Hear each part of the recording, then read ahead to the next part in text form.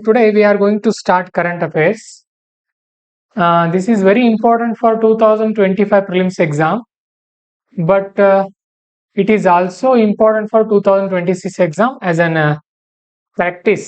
2026 ಎಕ್ಸಾಮ್ಗೂ ಕೂಡ ನಾವು ಪ್ರಾಕ್ಟೀಸ್ ತರ ಇದನ್ನ ಆರಂಭ ಮಾಡಬಹುದು. ನಾವಿವತ್ತು ಯಾವ ಮ್ಯಾಗಝಿನ್ ಅನ್ನ ಹೇಳ್ತಾ ಇದ್ದೀವಿ ಅಂತ ಅಂದ್ರೆ V are teaching February 2025 vision IAS monthly magazine. Okay, February ಯಾಕೆ ಟೀಚ್ ಮಾಡ್ತಾ ಇದ್ದೀರಿ ಸರ್? ಯಾಕೆ ಟೀಚ್ ಮಾಡ್ತಾ ಇದೀವಿ ಹೇಳ್ರಿ? ಮಾರ್ಚ್ ಇನ್ನೂ ರಿಲೀಸ್ ಆಗಿಲ್ಲ. Every month, for example, consider this is February 22, we get January magazine. On March 22, we get February magazine. On April 22, we get March magazine. So ಇನ್ನು ಮಾರ್ಚ್ ರಿಲೀಸ್ ಆಗಿಲ್ಲ, so ಹಾಗಾಗಿ ಅದನ್ನ ಮಾಡ್ತಾ ಇದೀವಿ. ಸೊ ಎಲ್ಲಿ ಸಿಗುತ್ತೆ ಇದು ಮ್ಯಾಗಝಿನ್ ಅಂತ ಅಂದ್ರೆ ವಿಷನ್ IAS ಮಂತ್ಲಿ ಮ್ಯಾಗಝಿನ್ ಅಂತ ನೀವು ಗೂಗಲ್ ಅಲ್ಲಿ ಸರ್ಚ್ ಮಾಡಿದ್ರೆ ಅವರ ವೆಬ್ಸೈಟ್ ಅಲ್ಲಿ ಸಿಗುತ್ತೆ. ತೋರಿಸ್ತೀನಿ ನಾನು ನಿಮಗೆ ಸರಳವಾಗಿ. ವಿಷನ್ IAS ಮಂತ್ಲಿ ಮ್ಯಾಗಝಿನ್ ಅಂತ ಸರ್ಚ್ ಮಾಡಿ. ಸೊ ಈ ತರ ಬರುತ್ತೆ, ಅಲ್ಲಿ ಹೋಗಿ ಕ್ಲಿಕ್ ಮಾಡ್ಕೊಡ್ರಿ. ಸೊ ಅಲ್ಲಿ ಇಲ್ಲಿದೆ ನೋಡ್ರಿ, 2025 ಫೆಬ್ರವರಿ ಮ್ಯಾಗಝಿನ್. ಇಲ್ಲಿ ರೀಡ್ ಅಂತಾನು ಇದೆ, ಡೌನ್ಲೋಡ್ ಅಂತಾನು ಇದೆ. ಯಾರು ಆನ್ಲೈನ್ ಸ್ಟೂಡೆಂಟ್ ಅದೀರಿ ಡೌನ್ಲೋಡ್ ಮಾಡ್ಕೊಡ್ರಿ, ಆಫ್ಲೈನ್ ಅವ್ರಿಗೆ ನಾವೇ ಕೊಡ್ತೀವಿ. We will give you hard copy for offline students. ಸರಿನಾ? ಈ ತರ ಇದನ್ನ ಡೌನ್ಲೋಡ್ ಮಾಡ್ಕೊಳ್ಬಹುದು. ಮತ್ತೆ ಯಾಕೆ ಇದನ್ನ ಹೇಳ್ತಾ ಇದೀರಿ ಸರ್? ಅದು ಕೂಡ ಒಂದು ಕಾರಣ ಅಲ್ವಾ? You are taken big money, you create your own monthly magazine ಅಂತಾನು ಮಾಡ್ಬೋದಲ್ವಾ ನಾವು? ಯಾಕೆ ಮಾಡ್ತಾ ಇದೀವಿ ಹೇಳ್ರಿ? Why we are teaching Vision IAS monthly magazine? ಕಾರಣ ಏನು? There are 2 reasons. ಏನು? First point, this is a open source PDF. It is open source PDF. ಏನು ಓಪನ್ ಸೋರ್ಸ್ PDF ಅಂತ ಅಂದ್ರೆ? It is for free for everyone. Okay, we are not using it for monetary purpose. ಇದನ್ನ ನಾವು YouTube ಅಲ್ಲಿ free ಆಗಿಡ್ತೀವಿ. We are not earning or we are not keeping some fees for this course. ಈ ಕೋರ್ಸ್ಗೆ ನಾವು fees ಇಟ್ಟು ದುಡ್ಡು ಮಾಡ್ತಾ ಇಲ್ಲ ಇದರಿಂದ. ಓಕೆ, ಇದನ್ನ ಫ್ರೀ ಆಗಿ ಟೀಚ್ ಮಾಡ್ತಾ ಇದ್ದೀವಿ, ಅದು ಒಂದು. Okay, every one have freedom for that. It is open source. ಅವ್ರ ವೆಬ್ಸೈಟ್ ಅಲ್ಲಿ ಫ್ರೀ ಆಗಿ ಸಿಗ್ತಾ ಇದೆ ಎಲ್ರಿಗೂ. ನೆಕ್ಸ್ಟ್, ಎರಡನೇ point, in India most of the students prepare only this magazine. ಬಹಳಷ್ಟು ವಿದ್ಯಾರ್ಥಿಗಳು ಇದೇ ಮ್ಯಾಗಝಿನ್ ಅನ್ನ ಓದ್ತಾರೆ. ಅವ್ರು ಓದುವಂತ ಮ್ಯಾಗಝಿನ್ ಅನ್ನ ಬಿಟ್ಟು ನಾವ್ ಯಾವ್ದೋ ನಿಮ್ಗೆ ಕಲ್ಸ್ಕೊಟ್ರೆ ಏನ್ ಪ್ರಾಬ್ಲಮ್ ಆಗುತ್ತೆ? See, consider there is an exam. ಒಂದು ಎಕ್ಸಾಮ್ ನಡೆಯೋದಿದೆ and around 100 students reading this magazine and 10 student reading this magazine. Okay, which is good? Whether you should follow this magazine or you should follow this magazine? 100 ಅಲ್ವಾ? So that is why we are teaching this magazine. And also if we make our own notes, we can give you short notes. ನಾವು short ಆಗಿ ಕೊಡ್ಬೋದು ನಿಮಗೆ. ಮತ್ತೆ ಅದನ್ನ ನೀವು ಇದನ್ನ ಓದೋದಕ್ಕೂ ಅದನ್ನ ಓದೋದಕ್ಕೂ ಕನ್ಫ್ಯೂಸ್ ಆಗುತ್ತೆ. ಸೊ ಆ ಕನ್ಫ್ಯೂಸೇ ಬೇಡ. So monthly the page will be around 130. If we remove advertisements, there will be 120 pages magazine. 120 ಪುಟಗಳ ಮ್ಯಾಗಝಿನ್ ಇರುತ್ತೆ. ಪ್ರತಿ ತಿಂಗಳು ಅದನ್ನ ಓದ್ತಾ ಹೋಗ್ಬೇಕು. ಹೇಗೆ ಓದೋದು sir? Every month how many days we have? 30 days. 120 divided by 30 per day, 4 page. Every word, ಪ್ರತಿ ವರ್ಡ್ ಬಿಡದೆ ಓದ್ಬೇಕು ನೀವು ಪ್ರತಿದಿನ 4 ಪೇಜ್. ಬಹಳ ಅಂದ್ರೆ ಆರಂಭದಲ್ಲಿ it will take around 45 minutes to 1 hour. ಆರಂಭದಲ್ಲಿ 45 ನಿಮಿಷದಿಂದ 1 hour ತಗೊಳುತ್ತೆ. ಬಟ್ ಬರ್ತಾ ಬರ್ತಾ ನಿಮ್ಗೆ ಗೊತ್ತಾಗತ್ತೆ ಯಾವ್ದು ಇಂಪಾರ್ಟೆಂಟ್ ಯಾವ್ದು ಇಂಪಾರ್ಟೆಂಟ್ ಅಲ್ಲ ಅಂತ. ಮತ್ತೆ ಇದರಿಂದ ಮತ್ತೆ ಸೆಪರೇಟ್ ನೋಟ್ಸ್ ಮಾಡ್ಕೊಳ್ಬೇಕಾ? No need to make any extra notes, but you can extract important facts. ಒಂದು ಎಕ್ಸ್ಟ್ರಾ ಫ್ಯಾಕ್ಟ್ ನ ತಕ್ಕೊಳ್ಬಹುದು. ಯಾವ ತರ? ಅದಕ್ಕೊಂದು ಬುಕ್ ಮಾಡಿ ಅಂತ ಹೇಳಿದೀನಿ ನಾನು. ಏನ್ ಮಾಡ್ರಿ, 200 pages ಒಂದು ಡೈರಿ ಆದ್ರೂ ಮಾಡ್ರಿ. 200 pages diary or 200 pages classmate unruled book. Drawing book ಅಂತ ಕರಿತೀವಲ್ವಾ, ಅನ್ರೂಲ್ಡ್ ಬುಕ್ ಇರ್ಲಿ. ಅದರಲ್ಲಿ ನ್ಯೂಸ್ ಪೇಪರ್ ಅಲ್ಲಿ ಬರುವಂತ ಇಂಪಾರ್ಟೆಂಟ್ ಪಾಯಿಂಟ್ ಕೂಡ ಬರ್ಕೊಳ್ಳೋಕೆ ಹೇಳಿದೀನಿ ನಿಮಗೆ. ಸೊ ಇದರಿಂದನೂ ಕೂಡ ಆತರ ಪಾಯಿಂಟ್ಸ್ ಬರ್ಕೊಳ್ಬಹುದು. ನಾನು ಹೇಳ್ತೀನಿ ಆತರ ಯಾವ್ದು ಪಾಯಿಂಟ್ಸ್ ಇರುತ್ತೆ ನಿಮಗೆ ಅಂತ. Okay, make a book for IMP facts. Important facts ಗೆ ಒಂದು ಬುಕ್ ಬೇಕು ನಮಗೆ. ನೋಟ್ಸ್ ಮಾಡ್ಕೊಳ್ಳೋದಾಗತ್ತೆ ಅಲ್ಲ, ಫ್ಯಾಕ್ಟ್ಸ್ ಮಾಡ್ಕೊಳ್ಳೋಕೆ. ಅರ್ಥ ಆಯ್ತಾ? ಸೊ ಇದನ್ನ ನಾವಿಲ್ಲಿ ನಿಮಗೆ ಟೀಚ್ ಮಾಡ್ತಾ ಹೋಗ್ತೀವಿ. So very interesting current affairs, and from this year we are going to focus more on current affairs. ಈ ವರ್ಷದಿಂದ ನಾವು ಕರೆಂಟ್ ಅಫೇರ್ಸ್ ಮೇಲೆ ಜಾಸ್ತಿ ಒತ್ತನ್ನ ಕೊಡೋರಿದ್ದೀವಿ. Okay, so here we will cover both prelims as well as mains topics also. ಇಲ್ಲಿ prelims topic ಗಳು cover ಆಗುತ್ತೆ, ಮೇನ್ಸ್ ಟಾಪಿಕ್ ಗಳು ಕೂಡ ಕವರ್ ಆಗುತ್ತೆ. Even if you are Kannada medium students, ನೀವು ಕನ್ನಡ ವಿದ್ಯಾರ್ಥಿಗಳಾಗಿದ್ರು ಕೂಡ ಇದೇ ಮ್ಯಾಗಝಿನ್ ನ ಓದ್ಬೇಕು. ಹೇಗೆ ಸರ್, ನಮ್ಗೆ ಅರ್ಥನೇ ಆಗಲ್ವಲ್ಲ? So for that what you have to do, first you have to cover master English course in our YouTube channel. Master English ಅಂತ ಕೋರ್ಸ್ ಮಾಡಿದೀವಿ, ನಮ್ಮ ಯೂಟ್ಯೂಬ್ ಚಾನಲ್ ಸಿಗುತ್ತೆ, ಅದು ನಿಮಗೆ ಪ್ಲೇ ಲಿಸ್ಟ್ ಅಲ್ಲಿ. ಅದನ್ನ ಮುಗಿಸ್ಕೊಂಡು ನಾವಿಲ್ಲಿ ಸ್ವಲ್ಪ ಸ್ವಲ್ಪ ಸ್ವಲ್ಪ ತಿಳಿಸ್ತಾ ಹೋಗ್ತೀವಿ. ಒಂದ್ 3-4 ತಿಂಗಳು ಕಷ್ಟ ಪಡ್ಬೇಕಾಗತ್ತೆ, ಆಮೇಲೆ ತಾನಾಗಿ ಅರ್ಥ ಆಗ್ತಾ ಹೋಗುತ್ತೆ. ಏನು ಇದರಿಂದ ನೀವು ಫ್ಯಾಕ್ಟ್ಸ್ ಅಷ್ಟೇ ತಗೊಳ್ಳೋದು, ಇಂಗ್ಲಿಷ್ ಅರ್ಥ ಮಾಡ್ಕೊಳ್ಳೋಕೆ ರೂಢಿ ಮಾಡ್ಕೊಳ್ಳೋದು. ಯಾಕಂದ್ರೆ ಇದೇ ತರದ ಪ್ರಶ್ನೆಗಳು ಬರುತ್ತೆ ಇನ್ exam. They will use these words for framing the questions. Question ನಿಮ್ಗೆ ಅರ್ಥ ಆಗ್ಬೇಕಂದ್ರೆ ಏನ್ ಮಾಡ್ಬೇಕಾಗತ್ತೆ? ಈ ವರ್ಡ್ಸ್ ಗೊತ್ತಿರ್ಬೇಕು ನಿಮ್ಗೆ. ಇದನ್ನ ನೀವು ಕನ್ನಡದಲ್ಲಿ ಓದ್ಕೊಂಡು ಹೋದ್ರೆ ಕ್ವಶನ್ಸೇ ಅರ್ಥ ಆಗಲ್ಲ. ಓಕೆ, ಸೊ ಆ ತರ ಇಲ್ಲಿ ನಾವು ನಿಮ್ಮನ್ನ ತಯಾರಿ ಮಾಡಿಸ್ತೀವಿ. ಇನ್ನು ಸರ್, ಹಾಗಾದ್ರೆ ಕನ್ನಡ ಮೀಡಿಯಂನವರಿಗೆ ನಾವು ವಾಕ್ಯ ರಚನೆಗಳನ್ನ ಎಲ್ಲಿ ಕಲಿಯೋದು? ಪ್ರಜಾವಾಣಿನ ಓದ್ಲೇಬೇಕು ಪ್ರತಿದಿನ. ವಾಕ್ಯ ರಚನೆಗಳಿಂದ ಅಲ್ಲಿಂದಾನೇ ನೀವು ಕಲಿಬೇಕಾಗತ್ತೆ. ಓಕೆ ಸರಿ, ಹಾಗಾದ್ರೆ ಮೊದಲು ನಾನು ಈ ಮ್ಯಾಗಝಿನ್ ಯಾವ ತರ ಇರುತ್ತೆ, ಹೇಗಿದೆ ಅಂತ ಹೇಳ್ತೀನಿ ನಿಮಗೆ. ಸೊ ಈ magazine, in this magazine there are around 10 chapters. ಒಂದು 10ರಿಂದ 10 ಚಾಪ್ಟರ್ಸ್, ಒಂದು 10 ಅಲ್ಲ, ಒಂದು 13 ಚಾಪ್ಟರ್ಸ್ ಇದೆ ಅನ್ಕೊಳ್ರಿ. ಹೇಗೆ ಡಿವಿಷನ್ ಮಾಡಿರ್ತಾರೆ? ಫಸ್ಟ್ ದೇರ್ ವಿಲ್ ಬಿ ಪಾಲಿಟಿಗೆ ಸಂಬಂಧಪಟ್ಟಿರುವಂತ ಕೆಲವೊಂದು ಅಂಶಗಳಿರುತ್ತೆ, ಅದಕ್ಕೊಂದು 10ರಿಂದ 12 ಪುಟ. ನೆಕ್ಸ್ಟ್ ಇಂಟರ್ನ್ಯಾಷನಲ್ ರಿಲೇಷನ್ಸ್, ಇಲ್ಲೇ ಟೀಚ್ ಮಾಡ್ತೀವಿ ಇದನ್ನ. ನೋಡ್ರಿ ಎಷ್ಟು ಪೇಜ್ ಇದೆ, 12ದಿಂದ 27.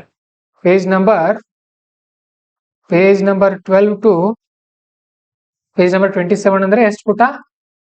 15 ಪೇಜಸ್. 15 ಪೇಜಸ್ ಇಂಟು 10 ಮಂತ್ ಎಷ್ಟು ಪೇಜ್ ಆಯ್ತು? 150 pages. So instead of teaching international relations as a static, we will teach it in current affairs. ಅಲ್ಲಿ ಹೇಳೋ ಬದಲು ಇಲ್ಲೇ ಕವರ್ ಮಾಡ್ತಾ ಹೋಗೋಣ ಮಂತ್ಲಿ. ಇದು ಇಂಪಾರ್ಟೆಂಟ್ ಆಗುತ್ತೆ. ಇನ್ನು ಎಕನಾಮಿ ನೋಡ್ರಿ, ಎಕನಾಮಿ ಅರೌಂಡ್ 30 to 40 ಪೇಜ್ ಇರುತ್ತೆ. ಇಲ್ಲಿ ಎಲ್ಲಿವರೆಗೂ ಅಂದ್ರೆ 56 ಪೇಜ್ ವರೆಗೂ. ಎಲ್ಲಿಂದ? 28 ಇಂದ 28, 38, 48, 58, around 30 page economy into 10 month ಅಂತ ತಗೊಂಡ್ರೆ around 300 pages economy we study here. ಇದನ್ನ ಮತ್ತೆ ಶಾರ್ಟ್ ನೋಟ್ಸ್ ಮಾಡ್ಕೊಂಡು ಕೂತ್ರೆ no waste of time. No need to make short notes, but read this magazine repeatedly. How many times? 10 times. ಹೇಗೆ? Monthly. ಹೇಗೆ monthly ಅಂತ ಅಂದ್ರೆ, see consider now we are teaching you February magazine. ನಾವೀಗ ನಿಮಗೆ ಏನ್ ಮಾಡ್ತಾ ಇದೀವಿ? ಫೆಬ್ರವರಿ ಮ್ಯಾಗಝಿನ್ ಟೀಚ್ ಮಾಡ್ತಾ ಇದೀವಿ. ನಾನು ಇವತ್ತೇನ್ ಮಾಡ್ತೀನಿ ನಿಮಗೆ? I will teach you around 30 page. 30 page ಅನ್ನ ಟೀಚ್ ಮಾಡಿದೆ. ನೀವು ನಾಳೆ 4 ಪೇಜ್ ಓದೋದು. ಓಕೆ, ನಾಡಿದ್ದು 4 ಪೇಜ್ ಓದೋದು. ಆ ತರ you have to cover 4 pages per day. Next what you have to do when you are studying which month? March month magazine polity. Okay, before starting this you have to glance February polity. ಇಲ್ಲಿ ಏನ್ polity ಇರುತ್ತೆ ನೋಡ್ರಿ. ಇದು ಯಾವ ತಿಂಗಳ polity? ಇದು February ತಿಂಗಳದು. ಇದನ್ನೀಗ ಮುಗಿಸ್ತೀರಿ, ಈ ತಿಂಗಳು ಓದಿ. ನೆಕ್ಸ್ಟ್ ಮಾರ್ಚ್ ಸ್ಟಾರ್ಟ್ ಮಾಡ್ತೀರಿ. ಮಾರ್ಚ್ ಸ್ಟಾರ್ಟ್ ಮಾಡೋಕ್ಕಿಂತ ಮುಂಚೆ ರಿವೈಸ್ ದಿಸ್ ಒನ್ಸ್. ಓದೋವಾಗ್ಲೇ ಹೈಲೈಟ್ ಮಾಡ್ಕೊಳ್ಳೋದು ಹೇಗೆ, ಇಂಪಾರ್ಟೆಂಟ್ ಪಾಯಿಂಟ್ ಎಲ್ಲ ನಾವು ಮಾರ್ಕ್ ಮಾಡಿರ್ತೀವಿ ನಿಮಗೆ. Okay, so remember that. So polity ಇದೆ, international relations, 3rd economy, next 4th one security, environment. ಸೆಕ್ಯೂರಿಟಿನೂ ಕೂಡ ಒಂದು 10 ಪೇಜ್ ಇರುತ್ತೆ. 10 page into 10 month, around 100 pages security we study here itself. Environment is also very important here. It will be monthly around 20 pages. And social issues, it will be around 10 pages. Then we have science and technology. ಇದು ಕೂಡ ಒಂದು 10ರಿಂದ 15 ಪುಟ ಇರುತ್ತೆ. Culture ಒಂದು 4-5 ಪುಟ ಇರುತ್ತೆ. Next ethics. Next we have schemes in news. Next ಕೆಲವೊಂದು important topics ಇರುತ್ತೆ. Places in news, personalities in news. ಇದೆಲ್ಲಾನು ಕೂಡ ಕವರ್ ಆಗ್ತಾ ಹೋಗುತ್ತೆ. So how many questions you get from this magazine? ಅಂದ್ರೆ ಈ ಮ್ಯಾಗಝಿನ್ ಅಂತಂದ್ರೆ ಕರೆಂಟ್ ಅಫೇರ್ಸ್ ನಿಂದ ಎಷ್ಟು ಬರುತ್ತೆ ಗೊತ್ತಾ? There will be 8 to 10 direct questions. ಕೂತ್ಕೊಡ್ರಿ. 8 to 10 direct questions and around 20 indirect questions. ಅಂದ್ರೆ ಸ್ಟ್ಯಾಟಿಕ್ ನಲ್ಲಿ ಕೂಡ ಇರುತ್ತೆ, ಈ ಮ್ಯಾಗಝಿನ್ ಅಲ್ಲಿ ಕೂಡ ಕವರ್ ಆಗುತ್ತೆ. So if you study this magazine sincerely you will get 30 questions one or other way. ಎಷ್ಟು ಸಿಗುತ್ತೆ ನಿಮಗೆ? Around 30 questions. ಬಹಳಷ್ಟು ರಿಪೀಟ್ ಆಗ್ತಾ ಹೋಗುತ್ತೆ ಇಲ್ಲಿ. So no need to make any notes, no need to make any big notes, just make a book for facts. ಸರಿ, let's begin. ಆರಾಮ ಮಾಡೋಣ. ಅರ್ಥ ಆಯ್ತಾ ಆನ್ಲೈನ್ ಅವ್ರಿಗೆಲ್ಲ ಏನ್ ಮಾಡ್ಬೇಕು ಅಂತ? ಕಡ್ಡಾಯವಾಗಿ ಒಂದು ಬುಕ್ ಮಾಡ್ರಿ ಫ್ಯಾಕ್ಟ್ಸ್ ಅಂತ. ಅದ್ರಲ್ಲಿ ಇಂಪಾರ್ಟೆಂಟ್ ಅಂಶಗಳನ್ನ ಏನಾದ್ರೂ ಒಂದು ಡೈರಿ ಇರುತ್ತಲ್ಲ ಆ ಥರ. ಅದ್ರಲ್ಲಿ ಬೇಕಾದ್ರೆ ಏನ್ ಬರೀ, give title for that book UPSC facts ಅಂತ ಹೆಡ್ಡಿಂಗ್ ಕೊಡ್ರಿ ಅದಕ್ಕೆ. ಆರ್ ಒಂದ್ ಯಾವ್ದೋ ಇತ್ತಲ್ಲ ಅದು ಟ್ರೆಜರ್ ಹಂಟ್ ಅಲ್ವಾ? ಟ್ರೆಜರ್ ಅಂತಾರೆ ಸಂಪತ್ತಿಗೆ, UPSC ಟ್ರೆಜರ್ ಅಂತ ಬರೀರಿ. ಆನ್ಲೈನ್ ಅವ್ರಿಗೆ ಅರ್ಥ ಆಗಿದ್ರೆ ಎಸ್ ಅಂತ ಹೇಳ್ರಿ.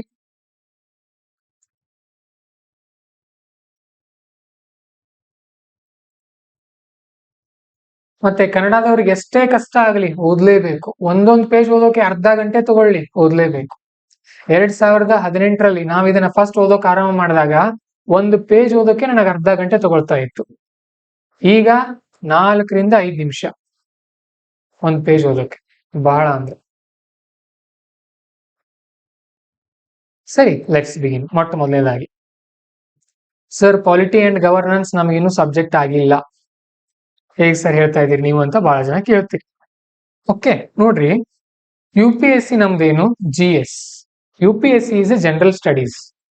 ಯಾರು ಬೇಕಾದ್ರೂ ಅರ್ಥ ಮಾಡ್ಕೊಳ್ಬಹುದು. ಇದನ್ನ ಅರ್ಥ ಮಾಡ್ಸೋದಾರ ಟೀಚರ್ ಇದ್ರೆ ಸಾಕು ನಿಮಗೆ. ಸರಿನಾ? ನಮ್ ಸುದ್ದಿಯಲ್ಲಿರುವಂತ ವಿಚಾರಗಳು ಇರುತ್ತೆ. ನೋಡೋಣ ಎಷ್ಟು ಈಸಿ ಇದೆ ನೋಡೋಣ. ನಿಮಗೆಲ್ಲ ಗೊತ್ತಿರುತ್ತೆ, ನಾನೇನ್ ಕೇಳಲ್ಲ. ಪಾಲಿಟಿ ಅಂಡ್ ಗವರ್ನೆನ್ಸ್ ಚಾಪ್ಟರ್ ನಲ್ಲಿ ಹೋಗ್ತಾ ಇದೀವಿ ನಾವು ಕರೆಂಟ್ ಅಫೇರ್ಸ್ ನಲ್ಲಿ. So first topic freebies. Freebies ಅಂದ್ರೆ ಏನು? What is freebies? ಹೇಳ್ರಿ. ಇದ್ಯಾವ್ದು ಲಕ್ಷ್ಮೀಕಾಂತ್ ಬುಕ್ ನಲ್ಲಿ ಇದೆಯಾ ಇದು? Is it difficult topic? Frees ಅಂದ್ರೆ ಏನು? ಉಚಿತ ಕೊಡುಗೆಗಳು. Government giving free gifts to the people ಅಲ್ವಾ? ಕೊಟ್ಟಿದ್ದಾರೆ ನೋಡ್ರಿ. Very important thing is we have to know why it is in news. ಯಾಕೆ ಇದು ಸುದ್ದಿಯಲ್ಲಿದೆ ಅಂತ ಗೊತ್ತಿರಬೇಕು ನಮಗೆ. ಇದು ಗೊತ್ತಿದ್ರೆ we can link it in our answer. ನಮ್ಮ ಆನ್ಸರ್ ಅಲ್ಲಿ ಕೂಡ ಫಸ್ಟ್ ಲೈನ್ ಇದನ್ನೇ ಬರೀಬಹುದು ನಾವು. ಏನಂತ ಅಂದ್ರೆ ನೋಡ್ರಿ, supreme court questioned whether freebies are fostering a parasitic lifestyle among poor, discouraging them for will to find work. ಏನ್ ಹೇಳ್ತಾ ಇದಾರೆ ಇಲ್ಲಿ ಅಂತಂದ್ರೆ, ಸುಪ್ರೀಂ ಕೋರ್ಟ್ ಏನಂತ ಇದೆ, ಈ ಉಚಿತ ಕೊಡುಗೆಗಳನ್ನ ಕೊಡ್ತಾ ಇರೋದ್ರಿಂದ ಜನರಿಗೆ ಕೆಲಸ ಹುಡುಕುವಂತ ಹವ್ಯಾಸವೇ ಹೋಗ್ಬಿಡ್ತಾ ಇದೆ ಏನು ಅಂತ ಕೇಳ್ತಾ ಇದೆ ಸುಪ್ರೀಂ ಕೋರ್ಟ್. ಹಾಗಾಗಿ ಏನು, what is mean by free bees?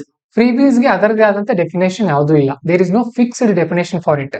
But reserve bank of India ಏನ್ ಹೇಳುತ್ತೆ ಅಂತ ಅಂದ್ರೆ, a public welfare measure that is provided for free of charge. Okay, so ನೀವೇನ್ ಮಾಡ್ಕೊಳ್ಬಹುದು, what you can write, you write it in your that fact book. ಇದನ್ನಿಷ್ಟೇ ಬರ್ಕೊಳ್ರಿ. Reserve bank freebies ಏನು? Public welfare measure that will provide free of charge. ಅಂದ್ರೆ ಸಾರ್ವಜನಿಕರ ಒಳಿತಿಗಾಗಿ ಉಚಿತವಾಗಿ ಕೊಡುವಂತ ಕೊಡುಗೆ, RBI ಪ್ರಕಾರ ಅಷ್ಟೇ. ಕನ್ನಡದಲ್ಲಿ ಕೂಡ ಹೇಳ್ತಾ ಇದ್ದೀನಿ, ಯಾವ್ದು ಪದ ನಿಮ್ಗೆ ಅರ್ಥ ಆಗಲ್ಲ ಇಲ್ಲೇ ಬರ್ಕೊಳ್ತಾ ಹೋಗ್ಬೇಕು. ಓಕೆ, ಯಾಕೆ ಮಾಡ್ತಾರೆ ಇದನ್ನ? To get elected in elections. ಚುನಾವಣೆಗಳಲ್ಲಿ ಆಯ್ಕೆ ಆಗಲಿ ಈ ತರ ಮಾಡ್ತಾರೆ. ಸರಿ, ದಿಸ್ ಈಸ್ ವೆರಿ ಇಂಪಾರ್ಟೆಂಟ್. ಪ್ರಶ್ನೆಗಳಲ್ಲಿ ಈ ತರ ಕೇಳ್ತಾರೆ ನಿಮಗೆ, ವೆಲ್ಫೇರಿಸಮ್ ಮತ್ತೆ ಫ್ರೀ ಬೀಸ್. ವೆಲ್ಫೇರ್ ಅಂತ ಅಂದ್ರೆ ಏನು? ಕಲ್ಯಾಣ, ಎಲ್ರಿಗೂ ಒಳಿತನ್ನ ಮಾಡೋದು. ಫ್ರೀ ಬೀಸ್ ಅಂತ ಅಂದ್ರೆ ಉಚಿತವಾಗಿ ಕೊಡೋದು. ಎರಡಕ್ಕೂ ವ್ಯತ್ಯಾಸ ಏನಿದೆ ಅಂತ ಅಂದ್ರೆ ಇದನ್ನ ಕೇಳ್ಬೋದು, ಅನಾಲಿಸಿಸ್ ಮಾಡ್ರಿ. What is the difference between welfare scheme and freebies ಅಂತ ಕೇಳಿದಾಗ ನೋಡ್ರಿ, Welfareism rooted in constitutional duty. It includes sustained efforts like food security, jobs like MG Narega, and education, health support, building human capital. Welfare scheme anta andrenu, those are not just only given for free of cost. They will build human capital. ಅಂದ್ರೆ ಈ ಕಲ್ಯಾಣ ಯೋಜನೆಗಳಲ್ಲಿ ಸರ್ಕಾರ ಕೊಡುವಂತಹ ಸೌಲಭ್ಯಗಳಿಂದ ಮಾನವ ಬಂಡವಾಳ ನಿರ್ಮಾಣ ಆಗುತ್ತೆ. ಸರ್ಕಾರ ಜನರಿಗೆ ಉಚಿತ ಅಕ್ಕಿ ಕೊಡುತ್ತೆ. ಯಾಕೆ ಕೊಡುತ್ತೆ? ಅವ್ರು ತಿನ್ಲಿ, ನೋಡ್ ಮನುಷ್ಯ ಶಕ್ತಿವಂತನಾಗಿರ್ಬೇಕಲ್ವಾ. Man should have first, he should be healthy, no. That is why PDF system, food security is done. He should earn something, no. ಏನಾದ್ರು ಅವ್ರು ಗಳಿಸ್ಬೇಕಲ್ವಾ. ಸೊ ಅದಕ್ಕೋಸ್ಕರ ಏನ್ ಮಾಡಿದ್ರು, ನರೇಗಾ ತಂದ್ರು. ನರೇಗಾನಲ್ಲಿ ಏನ್ ಮಾಡ್ತಾರೆ, ಅವ್ರು ಒಂದು ಕೆಲಸ ತಗೊಳ್ತಾರೆ, then they will give payment ಅಲ್ವಾ. ಆ ತರದ ಸ್ಕೀಮ್ ಗಳನ್ನ ಕೊಡ್ತಾರೆ. ಹೆಲ್ತ್ ನಲ್ಲೂ ಕೂಡ ಬಹಳಷ್ಟು ಫ್ರೀ ಸ್ಕೀಮ್ಸ್ ಇದೆ. Why? To improve the human capital.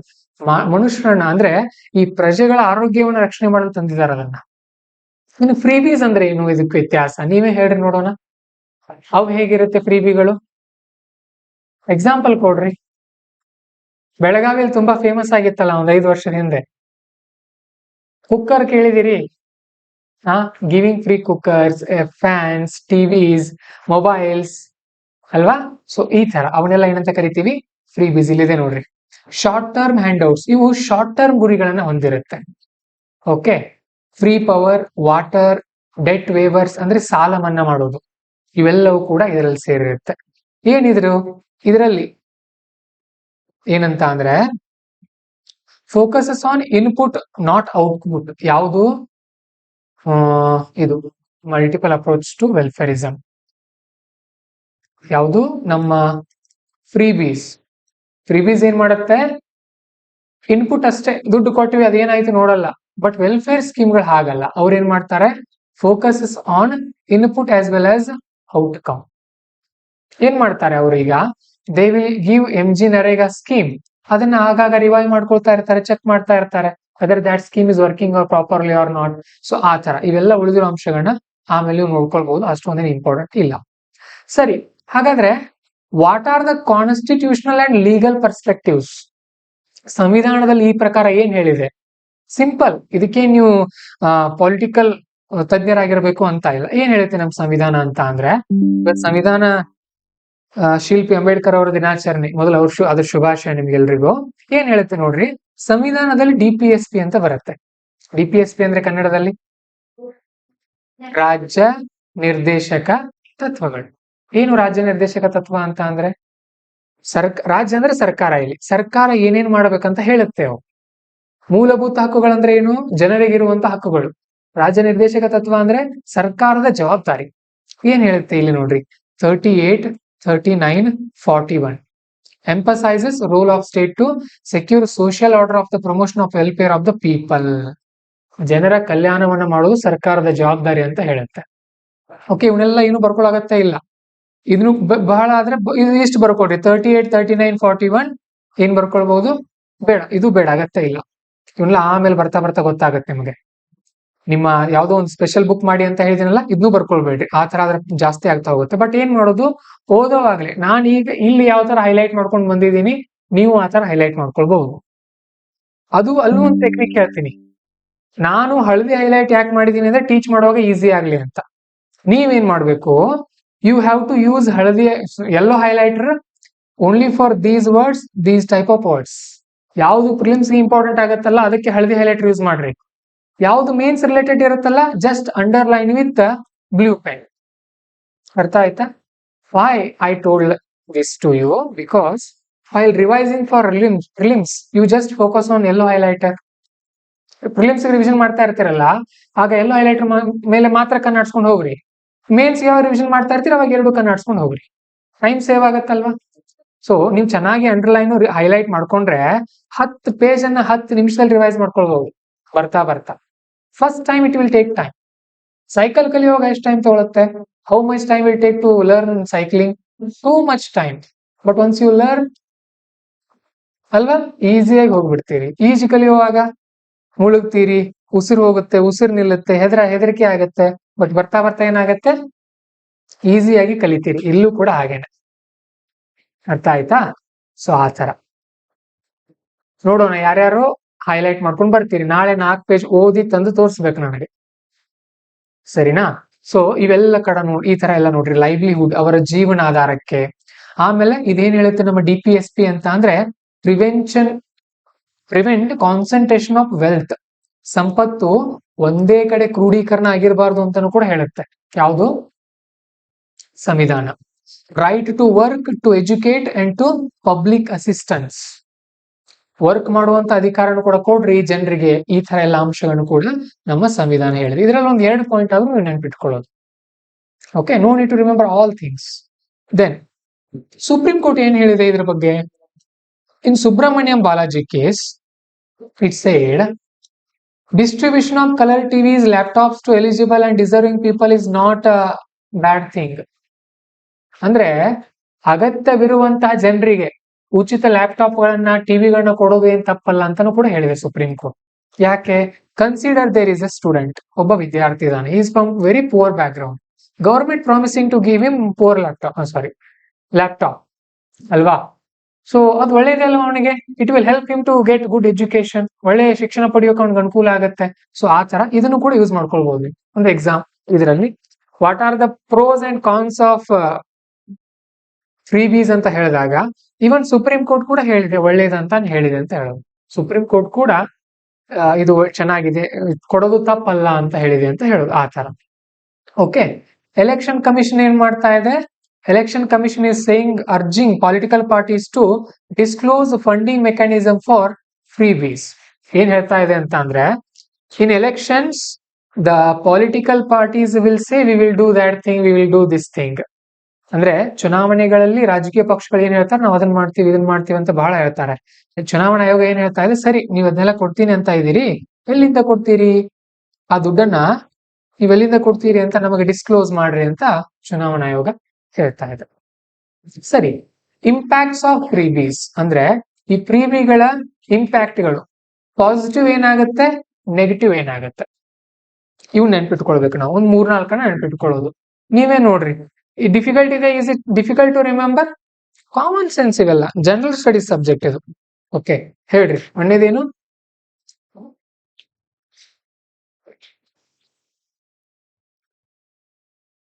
ನೀವೇ ಓದ್ರಿ, ಕನ್ನಡ ಸ್ಟೂಡೆಂಟ್ಸ್ ಕೂಡ ಓದ್ರಿ ಅದನ್ನ. ಏನು ಹಾಗಂತ ಅಂದ್ರೆ ನೋಡ್ರಿ, ಬೇಸಿಕ್ ನೀಡ್ ಅಂದ್ರೆ ಗೊತ್ತು, ಫುಲ್ಫಿಲ್ಮೆಂಟ್ ಅಂದ್ರೆ ಗೊತ್ತು, ಇಲ್ಲ ಅಂದ್ರೆ ಗೂಗಲ್ ಸರ್ಚ್ ಮಾಡ್ರಿ ಫುಲ್ಫಿಲ್ಮೆಂಟ್ ಅಂದ್ರೆ ಅರ್ಥ ಆಗತ್ತೆ. ಆಮೇಲೆ food, nutrition, health care, housing, education, alleviate burden of poor. ಇದರಲ್ಲಿ ಫುಡ್ ಅಂದ್ರೆ ಗೊತ್ತು ನಿಮ್ಗೆ ಬಸವರಾಜ್, ಫುಡ್ ಅಂದ್ರೆ ಗೊತ್ತಲ್ವಾ? ನ್ಯೂಟ್ರಿಷನ್ ಗೊತ್ತು, ಹೆಲ್ತ್ ಕೇರ್ ಅಂದ್ರೆ ಗೊತ್ತು, ಹೌಸಿಂಗ್ ಅಂದ್ರೆ ಗೊತ್ತು, ಎಜುಕೇಶನ್ ಗೊತ್ತು, ಆಮೇಲೆ ಇವೆಲ್ಲ ಗೊತ್ತು. ಬಹಳ ಅಂದ್ರೆ ಈ ಅಲಿವೇಟ್ ಅನ್ನುವಂತ ಪದ ಗೊತ್ತಿರಲ್ಲ, ಈ ಪ್ರೊವಿಷನಿಂಗ್ ಅನ್ನುವಂತ ಪದ ಗೊತ್ತಿರಲ್ಲ, ಹೌದಲ್ವಾ? ಇವನಷ್ಟೇ ಗೂಗಲ್ ಸರ್ಚ್ ಮಾಡ್ಕೊಂಡು ಬರ್ಕೊಡ್ರಿ. ಮೊದಲು ಒಂದ್ 2-3 ತಿಂಗಳಷ್ಟೇ ಕಷ್ಟ ಆಗುತ್ತೆ, ಬರ್ತಾ ಬರ್ತಾ ಈಸಿಯಾಗಿ ಅರ್ಥ ಆಗುತ್ತೆ ಅಲ್ವಾ? ಸೊ ಇದೇನ್ ಮಾಡುತ್ತೆ, ಫ್ರೀಬೀಸ್ ಗಳನ್ನ ಕೊಡೋದ್ರಿಂದ ಬಡವರಿಗೆ ಇವೆಲ್ಲ ಅನುಕೂಲಗಳಾಗತ್ತೆ. ಬಟ್ ಇನ್ನು ನೆಗೆಟಿವ್ ಅಂತ ನೋಡಿದಾಗ, government will lac funds for development projects, ಸರ್ಕಾರದ ಬಳಿ ದುಡ್ಡು ಕೊರತೆ ಆಗುತ್ತೆ ಅಲ್ವಾ? ಜಾಬ್ ಕ್ರಿಯೇಷನ್ ಮಾಡೋಕೆ ಅವರಿಂದ ಆಗಲ್ಲ, ಸರ್ಕಾರಿ ಹುದ್ದೆಗಳನ್ನ ತುಂಬಲ್ಲ ಅವರು, ಆ ತರ. ಆಮೇಲೆ address social gender disparities, mid day meal ಕೊಡೋದು, free bicycle had led to better enrollment. ಹೈಸ್ಕೂಲ್ಗಳಲ್ಲಿ ಸೈಕಲ್ಗಳನ್ನ ಕೊಟ್ರು ಹಿಂದೆ, ಆಮೇಲೆ ಮಧ್ಯಾಹ್ನ ಊಟ ಕೊಟ್ಟದ್ರಿಂದ ಏನಾಯ್ತು, ಶಾಲೆಗಳಿಗೆ ಬಹಳಷ್ಟು ಮಕ್ಕಳು ಬರೋಕ್ ಸ್ಟಾರ್ಟ್ ಮಾಡಿದ್ರು. ಬಟ್ ಇದರಿಂದ ಏನಾಗುತ್ತೆ, ಡಿಪೆಂಡೆನ್ಸಿ ಕಲ್ಚರ್ ಸ್ಟಾರ್ಟ್ ಆಗುತ್ತೆ, ಒಂದು ಪಾಸಿಟಿವ್ ಒಂದು ನೆಗೆಟಿವ್ ಅಲ್ವಾ? ಆ ತರ ಅಂಶಗಳು. ಪ್ರಮೋಟ್ಸ್ ಇನ್ಕ್ಲೂಸಿವಿಟಿ, ಸೋಷಿಯಲ್ ಮೊಬಿಲಿಟಿ, ಎಲ್ಲರಿಗೂ ಕೂಡ ಅವಕಾಶವನ್ನು ಮಾಡಿಕೊಡುತ್ತೆ ಇದು. ಬಟ್ ಇಲ್ಲಿ ಏನಾಗುತ್ತೆ, undermine sustainable growth, effect intergenerational equity, free electricity, water can lead to depletion of ground water. ಉಚಿತವಾಗಿ ನೀರು ಕೊಡೋದು, ಉಚಿತವಾಗಿ ಕರೆಂಟ್ ಕೊಡೋದು, ಏನ್ ಮಾಡ್ತಾರೆ ಜನ, ಸಿಕ್ಕಾಪಟ್ಟೆ ಗ್ರೌಂಡ್ ವಾಟರ್ ಯೂಸ್ ಮಾಡೋಕ್ ಸ್ಟಾರ್ಟ್ ಮಾಡ್ಬಿಡ್ತಾರೆ ಅಲ್ವಾ? ಇದು ಪೊಲಿಟಿಕಲ್ ಪಾರ್ಟಿಸಿಪೇಷನ್, ಜನರು ಕೂಡ ರಾಜಕೀಯವಾಗಿ ಪಾಲ್ಗೊಳ್ಳೋಕ್ ಸ್ಟಾರ್ಟ್ ಮಾಡ್ತಾರೆ ಅಲ್ವಾ? ಈಗ ಉದಾಹರಣೆ, consider this is a person staying in some other country, ಯಾವುದೋ ಒಂದು ಕಂಟ್ರಿಯಲ್ಲಿ ಇದಾರೆ ಅನ್ಕೊಳ್ಳೋಣ, or is a person of city person. Every year regularly you don't go for voting, ಪ್ರತಿ ವರ್ಷ ವೋಟ್ ಹಾಕಕ್ ಹೋಗಲ್ಲ ಅವನು. ಬಟ್ ಏನಾಯ್ತು, ಸರ್ಕಾರದವ್ರು ಏನೋ ಫ್ರೀ ಆಗಿ ಕೊಡ್ತೀವಿ ಅಂತ ಹೇಳಿದ್ರು, ಅದ್ರ ನಾವು he will go to vote for that party, right? So political participation ಕೂಡ ಜಾಸ್ತಿ ಆಗುತ್ತೆ ಅಂತ ಹೇಳ್ತಾ ಇದ್ದಾರೆ. ಬಟ್ ಇಟ್ ನೆಗೆಟಿವ್ಲಿ ಹೇಗೆ ಇಂಪ್ಯಾಕ್ಟ್ ಆಗುತ್ತೆ, ಎಲ್ರು ಕೂಡ ನಾವು ಅದನ್ನ ಫ್ರೀ ಕೊಡ್ತೀವಿ, ನೀವು ಇದನ್ನ ಫ್ರೀ ಕೊಡ್ತೀವಿ, ಫ್ರೀಬೀಸ್ ಕಲ್ಚರ್ ಸ್ಟಾರ್ಟ್ ಆಗುತ್ತೆ, ಅದೊಂದು ಏನದು ಫ್ರೀಬೀಸ್ ಪಾಲಿಟಿಕ್ಸ್ ಸ್ಟಾರ್ಟ್ ಆಗ್ಬಿಡುತ್ತೆ ಅಂತ ಹೇಳ್ತಾ ಇದ್ದಾರೆ. Mitigate failure of market, address distributional consequences of economic reforms such as underemployment and low intergenerational mobility. ನಿರುದ್ಯೋಗ ಸಮಸ್ಯೆಗೆ ಇದು ಒಂದು ರೀತಿಯಲ್ಲಿ ಪರಿಹಾರವನ್ನು ಕೂಡ ಕೊಡುತ್ತೆ. ಆದ್ರೆ ಇಲ್ಲಿ ನೋಡಿದಾಗ it can undermine quality and competitiveness of manufacturing sector by diverting resources away from the investment ಗಳು ಬರೋದಿಲ್ಲ. ಫ್ರೀ ಬೀಸ್ ಕಲ್ಚರ್ ಇದ್ದಾಗ ಜನ ವರ್ಕ್ ಮಾಡೋಕ್ ರೆಡಿ ಇರೋದಿಲ್ಲ. ಸೊ ನೋಡ್ರಿ, you should not by heart these points. If you by heart this, you are not a UPSC aspirant. ಇವುಗಳನ್ನ by heart ಮಾಡೋ ಹಾಗಿಲ್ಲ, ಅಂಡರ್ಸ್ಟ್ಯಾಂಡ್ ಮಾಡ್ಕೊಳ್ಬೇಕು. ನೀವು ಯಾವ್ದನ್ನು ನೆನ್ಪಿಡ್ಬೇಡ್ರಿ ಮಂತ್ಲಿ ಮ್ಯಾಗಝಿನ್ ನಿಂದ. No need to remember anything from monthly magazine. Read them, understand them. ನೀವೇ feel ಮಾಡ್ರಿ ಅದನ್ನ. ಓಕೆ, ಕಣ್ ಮುಚ್ಕೊಂಡು ಕಲ್ಪನೆ ಮಾಡ್ಕೊಡ್ರಿ, ಏನಾಗತ್ತಪ್ಪ ಉಚಿತ ಕೊಡ್ಲಿಕ್ಕೆ ಸ್ಟಾರ್ಟ್ ಮಾಡಿದ್ರೆ ಸರ್ಕಾರದವರು. What happens if government start giving everything free? then what are its negative impact, what are the positive impacts? Try to give 4 to 5 points. 4 ರಿಂದ 5 ಪಾಯಿಂಟ್ಸ್ ಸಿಗುತ್ತೆ ನಿಮಗೆ. After 1 year you can write 7 to 8 points. 1 ವರ್ಷ ಓದಿದಾಗ 7 ರಿಂದ 8 points ಬರೋದು ಕೂಡ ಬರುತ್ತೆ ನಿಮಗೆ. ಗೊತ್ತಾಯ್ತಾ? ಇವೆಲ್ಲ ನ್ಯೂಸ್ ಪೇಪರ್ ಅಲ್ಲಿ ಬರೋದೇ, ಮತ್ತೇನಿಲ್ಲ. ನಮಗೆ ಇಲ್ಲಿ ಕಷ್ಟ ಆಗೋದು ಯಾವ್ದು ಹೇಳ್ರಿ? ಅವು ಕೆಲವೊಂದು ಪ್ರಿಲಿಮ್ಸ್ ಟಾಪಿಕ್ಸ್ ಇದೆ, ಅವು ಕಾನ್ಸೆಪ್ಟ್ ಇರುತ್ತೆ, ಅವುಗಳಿಗೋಸ್ಕರ ಅಷ್ಟೇ ನಾವು ಕಷ್ಟ ಪಡ್ಬೇಕು. ಇವೆಲ್ಲ ಈಸಿನೇ, ಸರಿನಾ?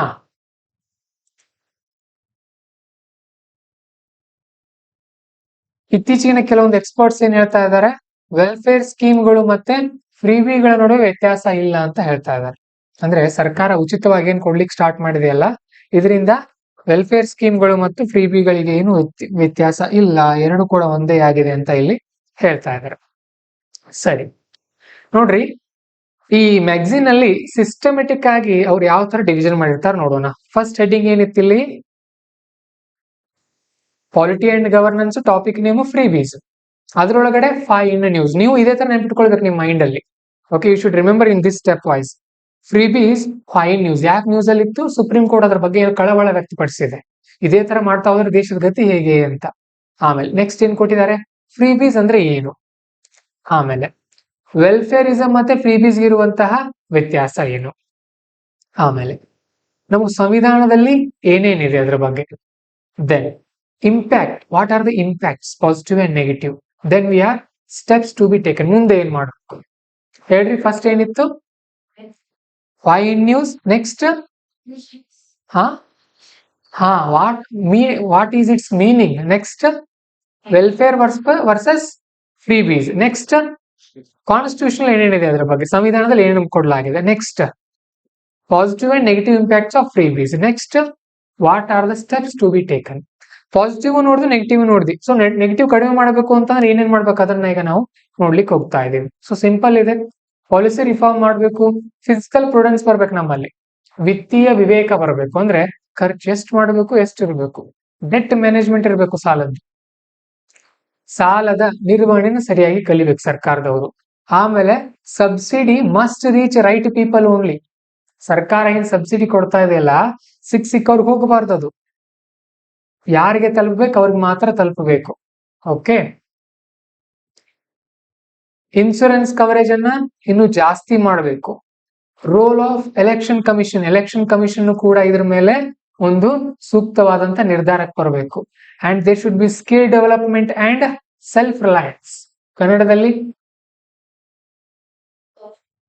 ಕೌಶಲ್ಯ ಅಭಿವೃದ್ಧಿ, ಸೆಲ್ಫ್ ರಿಲಯನ್ಸ್, ಸ್ವಾವಲಂಬನೆ ಅಥವಾ ಆತ್ಮನಿರ್ಭರತೆ, ಎರಡಾದ್ರೂ ನಡೆಯುತ್ತೆ. ವೋಟರ್ ಅವೇರ್ನೆಸ್, ಜನರನ್ನು ಕೂಡ ಜಾಗೃತಿಗೊಳಿಸ್ಬೇಕು ಇದ್ರ ಬಗ್ಗೆ. ಏನ್ ಹೇಳ್ಬೇಕು ಜನರಿಗೆ? ನೀವೀಗ ಸದ್ಯಕ್ಕೆ ಕುಕ್ಕರ್ ಫ್ಯಾನ್ ಅಂತ ಆಸೆ ಪಟ್ಟು ಕೊಟ್ರಿ ಅವ್ರಿಗೆ, ಅದರಿಂದ ನಿಮ್ಗೆ ಮೋಸ ಆಗ್ಬೋದು ಅಂತ. And judicial oversight and interventions, ನ್ಯಾಯಾಂಗವು ಕೂಡ ಇದ್ರ ಮೇಲೆ ಸ್ವಲ್ಪ ಕಣ್ಗಾವಲನ್ನ ಇಡಬೇಕು. ಜೊತೆಗೆ ಗ್ಲೋಬಲ್ ಎಕ್ಸಾಂಪಲ್ಸ್ ಅನ್ನ ಸ್ವಲ್ಪ ನೋಡ್ಬೇಕು. ಇದು very important. You should remember at least one global example. ಜಾಗತಿಕವಾಗಿ ಏನಾಗಿದೆ? Sri Lanka in 2019 they cut the taxes.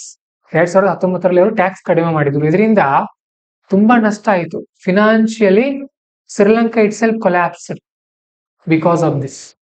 ಇದನ್ನ ಬರ್ಕೊಳ್ಬೇಕು ನಿಮ್ ಫ್ಯಾಕ್ಟ್ಸ್ ಬುಕ್ ಅಲ್ಲಿ. 2019 Sri Lanka tax cut, financial collapse. ಕನ್ನಡದವರು 2019ರಲ್ಲಿ ಅತಿಯಾಗಿ ತೆರಿಗೆ ಇಳಿಸಿದ್ರಿಂದ ಶ್ರೀಲಂಕಾ ಆರ್ಥಿಕವಾಗಿ ದಿವಾಳಿಯಾಗಿತ್ತು. ಇದನ್ನ ನೀವೆಲ್ಲಾದ್ರೂ ಮುಂದೆ ಯೂಸ್ ಮಾಡ್ಕೊಳಕ್ ಬರುತ್ತೆ. ಈ ಪಾಯಿಂಟ್ ಒಂದು ನೆನಪಿಟ್ಕೊಳ್ಳೋದು. Then Venezuela's populist policies in the form of freebies and loan waivers led to an economic crisis. ವೆನಿಜುವೆಲಾವು ಕೂಡ ಆರ್ಥಿಕವಾಗಿ ದಿವಾಳಿ ಆಗಿತ್ತು. ವೆನಿಜುವೆಲಾ ಎಲ್ಲಿದೆ? ಅದೊಂದು ಹೇಳ್ಬೇಕು ನಿಮ್ಗೆ. ಅಟ್ಲಾಸ್ ಅಂತ ಬರುತ್ತೆ ಒಂದು. ಓಕೆ, ಅಟ್ಲಾಸ್ ಪರ್ಚೇಸ್ ಮಾಡ್ರಿ, ಇಲ್ಲ ಮೊಬೈಲ್ ನಲ್ಲೂ ಕೂಡ ಮ್ಯಾಪ್ ನೋಡ್ಕೊಳ್ಬಹುದು. ಅಟ್ಲಾಸ್ PDF ಕೂಡ ಸಿಗುತ್ತೆ. ನೀವೇನ್ ಮಾಡ್ಕೊಳ್ಬೇಕು, ಆಗಾಗ ಮ್ಯಾಪ್ ಕಡೆ ಕೂಡ ಗಮನ ಹರಿಸಬೇಕು. You should draw maps in your books also. ಎಲ್ಲಿ ಬರುತ್ತೆ ವೆನಿಜುವೆಲಾ ಹೇಳ್ರಿ? ವೆನಿಜುವೆಲಾ ಅದನ್ನ ಇವತ್ತೇ ಹೋಗಿ ನೋಡ್ಕೊಳ್ಬೇಕು. ಹಾಗೆ ವೆನಿಜುವೆಲಾ ಅಂತ ಹೋಗೋ ಹಾಗೆ ಯು ವಿಲ್ ಫಾರ್ಗೆಟ್ ಇಟ್, ಮರ್ತು ಬಿಡ್ತೀರಿ ಅದನ್ನ. So Venezuela, this is America. Mexico ಬರುತ್ತೆ ಇಲ್ಲಿ. ಸೊ ಇಲ್ಲಿ ಏನ್ ಬರುತ್ತೆ? ಪನಾಮಾ ಕೆನಲ್ ಅಂತ ಬರುತ್ತೆ. So here we have south America continent, Dakshina America ಖಂಡ ಇದೆ. ಈ ಭಾಗದಲ್ಲಿ ವೆನಿಜುವೆಲಾ ಅಂತ ಬರುತ್ತೆ. ಅದು ಒಂದು ದೇಶ. ಅರ್ಥ ಆಯ್ತಾ? ಸೊ ಹೀಗೆ ನೀವು ಓದುವಾಗ ಯಾವ್ದಾದ್ರು ಒಂದು ದೇಶ ಬಂದ್ರೆ, if you don't know the place of that country, search ಮಾಡೋದಾಗ ಗೂಗಲ್ ನಲ್ಲಿ. ಅರ್ಥ ಆಯ್ತಾ? ಸೊ ಹಾಗೆ ಮಾಡಬಹುದು. ಸರಿನಾ? ನೆಕ್ಸ್ಟ್ ಕನ್ಕ್ಲೂಷನ್ ಅಂತ ಬಂದಾಗ, Amartya Sen's capability approach, government must reprioritize long-term empowerment, enhancing human capabilities and freedom over short-term freebies. ಇಷ್ಟೇ ತಗೊಂಡು ಇಟ್ಕೊಂಡ್ಬಿಡೋದು. ಬರ್ಕೊಳ್ಳೋಗತ್ತೆ ಇಲ್ಲ ಇದನ್ನ. No need to write it in your book. ಇದ್ರಲ್ಲಿ ಎಷ್ಟು ಬರ್ಕೋ ಅಂತ ಹೇಳಿದೆ ನಾನು ನಿಮಗೆ? ಯಾವ ಪಾಯಿಂಟ್ ಬರೆಯೋಕೆ ಹೇಳಿದೀನಿ? ಈ ರಿಸರ್ವ್ ಬ್ಯಾಂಕ್ ಒಂದು ಬರೆಯೋಕೆ ಹೇಳಿದೀನಿ. ಆಮೇಲೆ ಮತ್ತೆ ದಿಸ್ DPSP ಅವಷ್ಟೇ ಆರ್ಟಿಕಲ್ ಗಳನ್ನ ಬರ್ಕೊಂಡು ಇಟ್ಕೊಳ್ರಿ. ಮತ್ತೆ ಯಾವುದು? ಅಷ್ಟೇ. ಎಷ್ಟಾಯ್ತು ಎಲ್ಲ ಸೇರಿ? ಒಂದು 3-4 line, 3 to 4 lines, more than it. ಅದಕ್ಕಿಂತ ಜಾಸ್ತಿ ಬೇಡ, ಸಾಕಷ್ಟಾಯ್ತು. ಸೊ ಇಲ್ಲಿ ಅಮರ್ತ್ಯ ಸೇನ್ ಅವ್ರು ಏನ್ ಹೇಳಿದ್ರು? ಕೆಪಾಬಿಲಿಟಿ ಅಪ್ರೋಚ್ ಬರೀರಿ, ಹಾಗೆ ಬರೀರಿ ಕನ್ನಡದವರು. ಕೆಪಾಬಿಲಿಟಿ ಅಪ್ರೋಚ್ ನ ಅಡಿಯಲ್ಲಿ ಅಮರ್ತ್ಯ ಸೇನ್ ಅವ್ರು ಏನ್ ಹೇಳ್ತಾರಂತ ಅಂದ್ರೆ, ಸದ್ಯದ ಶಾರ್ಟ್ ಟರ್ಮ್, ಏನಂತೀವಿ ಶಾರ್ಟ್ ಟರ್ಮ್ ಕನ್ನಡದಲ್ಲಿ? ತಾತ್ಕಾಲಿಕ ಉಚಿತ ಕೊಡುಗೆಗಳ ಬದಲಾಗಿ ದೀರ್ಘಕಾಲಿಕ ಯೋಜನೆಗಳನ್ನ ಸರ್ಕಾರಗಳು ಹಾಕಿಕೊಳ್ಳಬೇಕೆಂದು ಅಮರ್ತ್ಯ ಸೇನ್ ಅವರು ಹೇಳುತ್ತಾರೆ. ಅಮರ್ತ್ಯ ಸೇನ್ ಯಾರಿವರು? ಒಬ್ಬ ಆರ್ಥಿಕ ತಜ್ಞರು. ಇಷ್ಟು ಸಾಕು ಕನ್ಕ್ಲೂಷನ್ ಅಲ್ಲಿ. ಅದನ್ನ ಭಾರತವರು ಪಾಲಿಸಿದರೆ ಒಳ್ಳೆಯದು. ಕನ್ಕ್ಲೂಷನ್ ಅಷ್ಟೇ ಇರಬೇಕು, ಜಾಸ್ತಿ ಬರೆಯೋ ಹಾಗಿಲ್ಲ. ಮತ್ತೆ 10 ಮಾರ್ಕ್ಸ್ ಪ್ರಶ್ನೆಗೆ ಕನ್ಕ್ಲೂಷನ್ ಬರೀದೇ ಇದ್ರು ಕೂಡ ನಡೆಯುತ್ತೆ. 15 ಮಾರ್ಕ್ಸ್ ಪ್ರಶ್ನೆಗೆ ಕನ್ಕ್ಲೂಷನ್ ಇರ್ಬೇಕು ನಿಮ್ದು. ಅರ್ಥ ಆಯ್ತಾ ಇಷ್ಟು?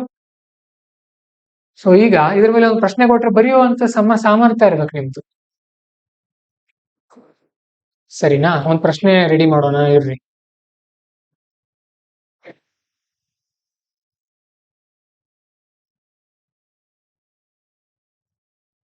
Create an 10 marks mains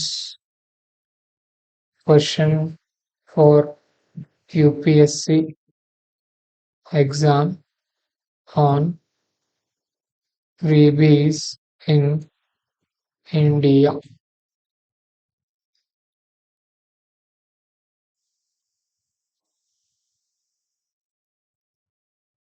ಆಮೇಲೆ ಆ ಫ್ಯಾಕ್ಟ್ಸ್ ಇರುತ್ತಲ್ಲ, ಆ ಫ್ಯಾಕ್ಟ್ಸ್ ಗಳಿಗೆ ಹಳದಿ ಹೈಲೈಟ್ ಹಾಕಿರ್ತೀರಿ, ರೆಡ್ ಪೆನ್ ಇಂದ ಒಂದು ಬಾಕ್ಸ್ ಹಾಕೋದು. Draw box for those facts.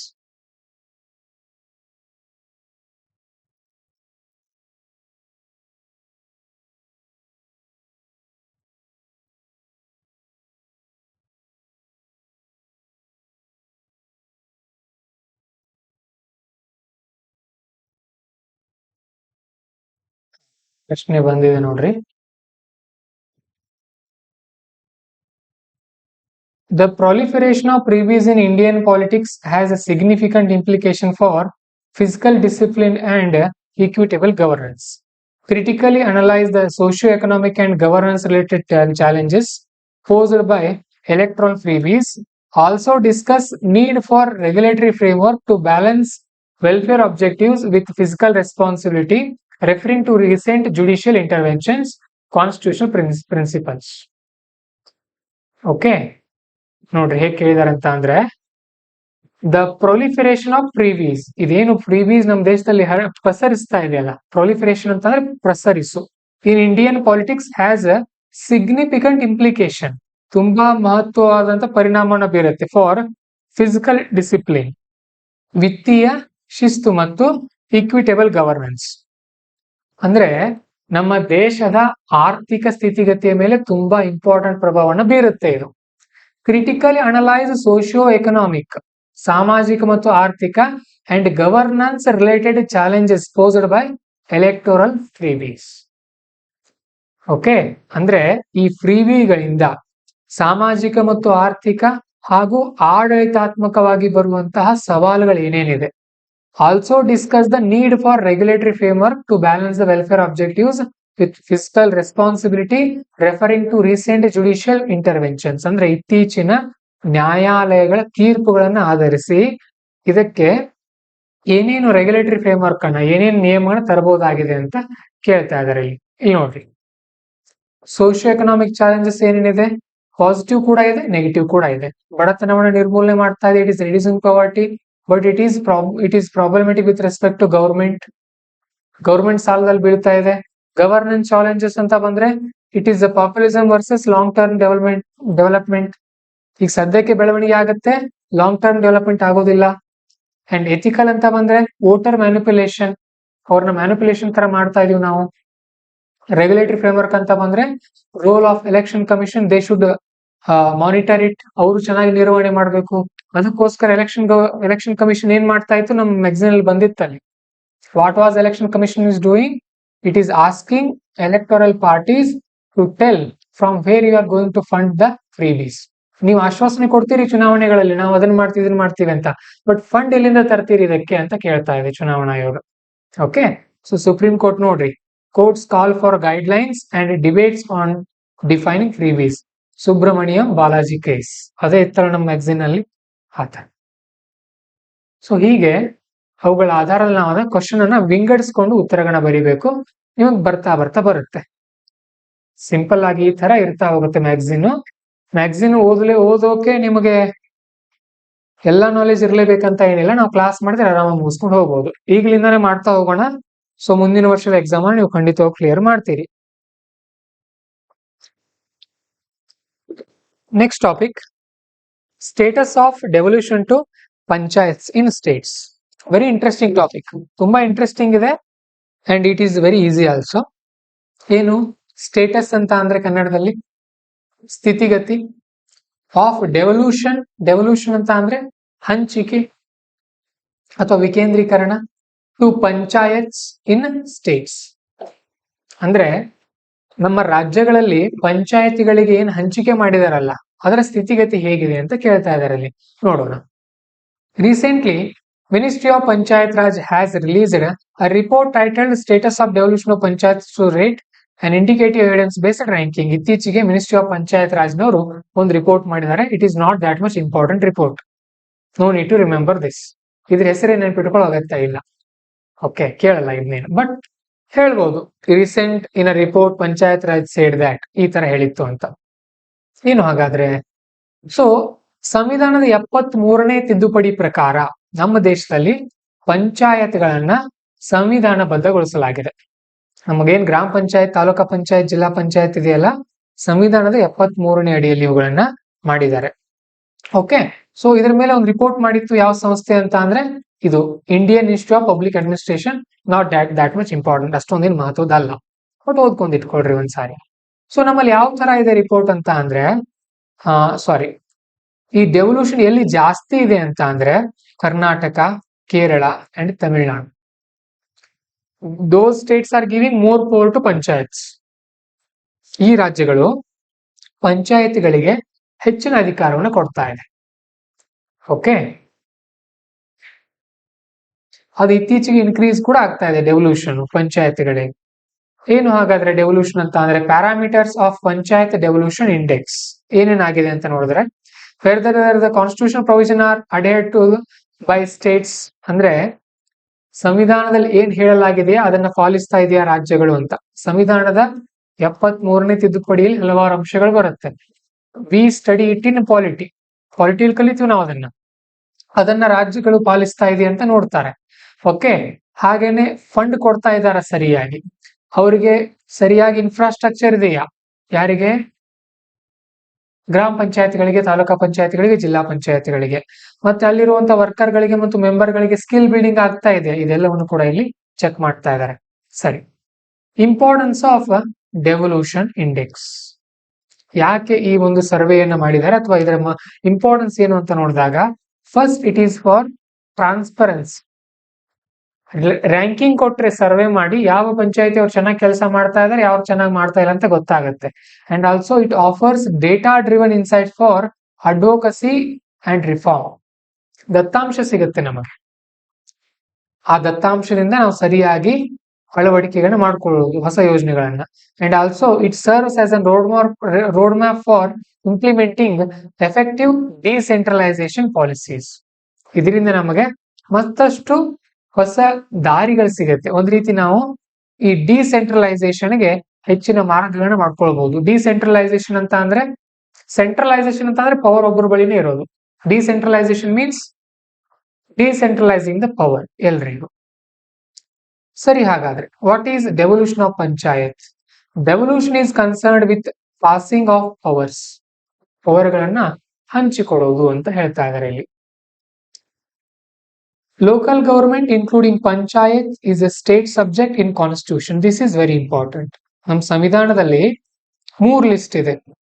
ಒಂದು ಸೆಂಟ್ರಲ್ ಲಿಸ್ಟ್, ಮತ್ತೊಂದು ಸ್ಟೇಟ್ ಲಿಸ್ಟ್, ಮತ್ತೊಂದು ಕನ್ಕರೆಂಟ್ ಲಿಸ್ಟ್. ಅಂದ್ರೆ ಕೆಲವೊಂದು ವಿಷಯಗಳ ಮೇಲೆ ಕಾನೂನನ್ನ ಬರೀ ಕೇಂದ್ರ ಸರ್ಕಾರ ಮಾಡಬಹುದು, ಕೆಲವೊಂದ್ರ ಮೇಲೆ ಬರೀ ರಾಜ್ಯ ಸರ್ಕಾರ, ಕೆಲವೊಂದ್ರ ಮೇಲೆ ಇಬ್ರು ಮಾಡಬಹುದು. ಸೊ ಪಂಚಾಯತ್ ಅಂತ ಬಂದ್ರೆ ಹೆಚ್ಚಿನ ಪವರ್ ಯಾರಿಗಿದೆ?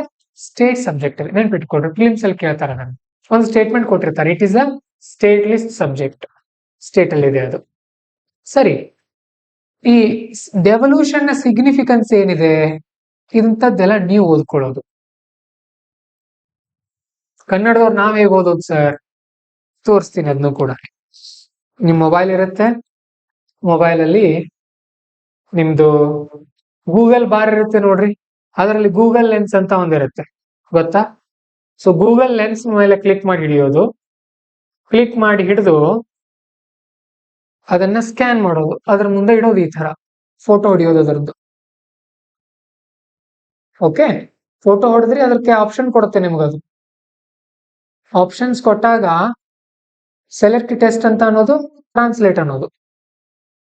ಓಕೆ, ಅದು ನಿಮ್ಗೆ ಟ್ರಾನ್ಸ್ಲೇಟ್ ಆಗಿ ಕೊಡುತ್ತೆ, ಅಲ್ಲೇ ಕೊಡುತ್ತೆ ಆಕ್ಚುಲಿ. ಇಲ್ಲಿ ಯಾಕೋ ಇಲ್ಲಿ ತಗೊಂಡ್ ಬರ್ತಿದ್ದು, boost economic development and self reliance, ಆರ್ಥಿಕ ಅಭಿವೃದ್ಧಿ ಮತ್ತು ಸ್ವಾವಲಂಬನೆಯನ್ನ ಹೆಚ್ಚಿಸಿ ಅಂತ ಕೊಡ್ತಾವೆ. ಕರೆಕ್ಟ್ ಇದೆ, ಬಟ್ ವಾಕ್ಯ ರಚನೆ ಸ್ವಲ್ಪ ತಪ್ಪಿದೆ. ಏನಾಗ್ಬೇಕದು?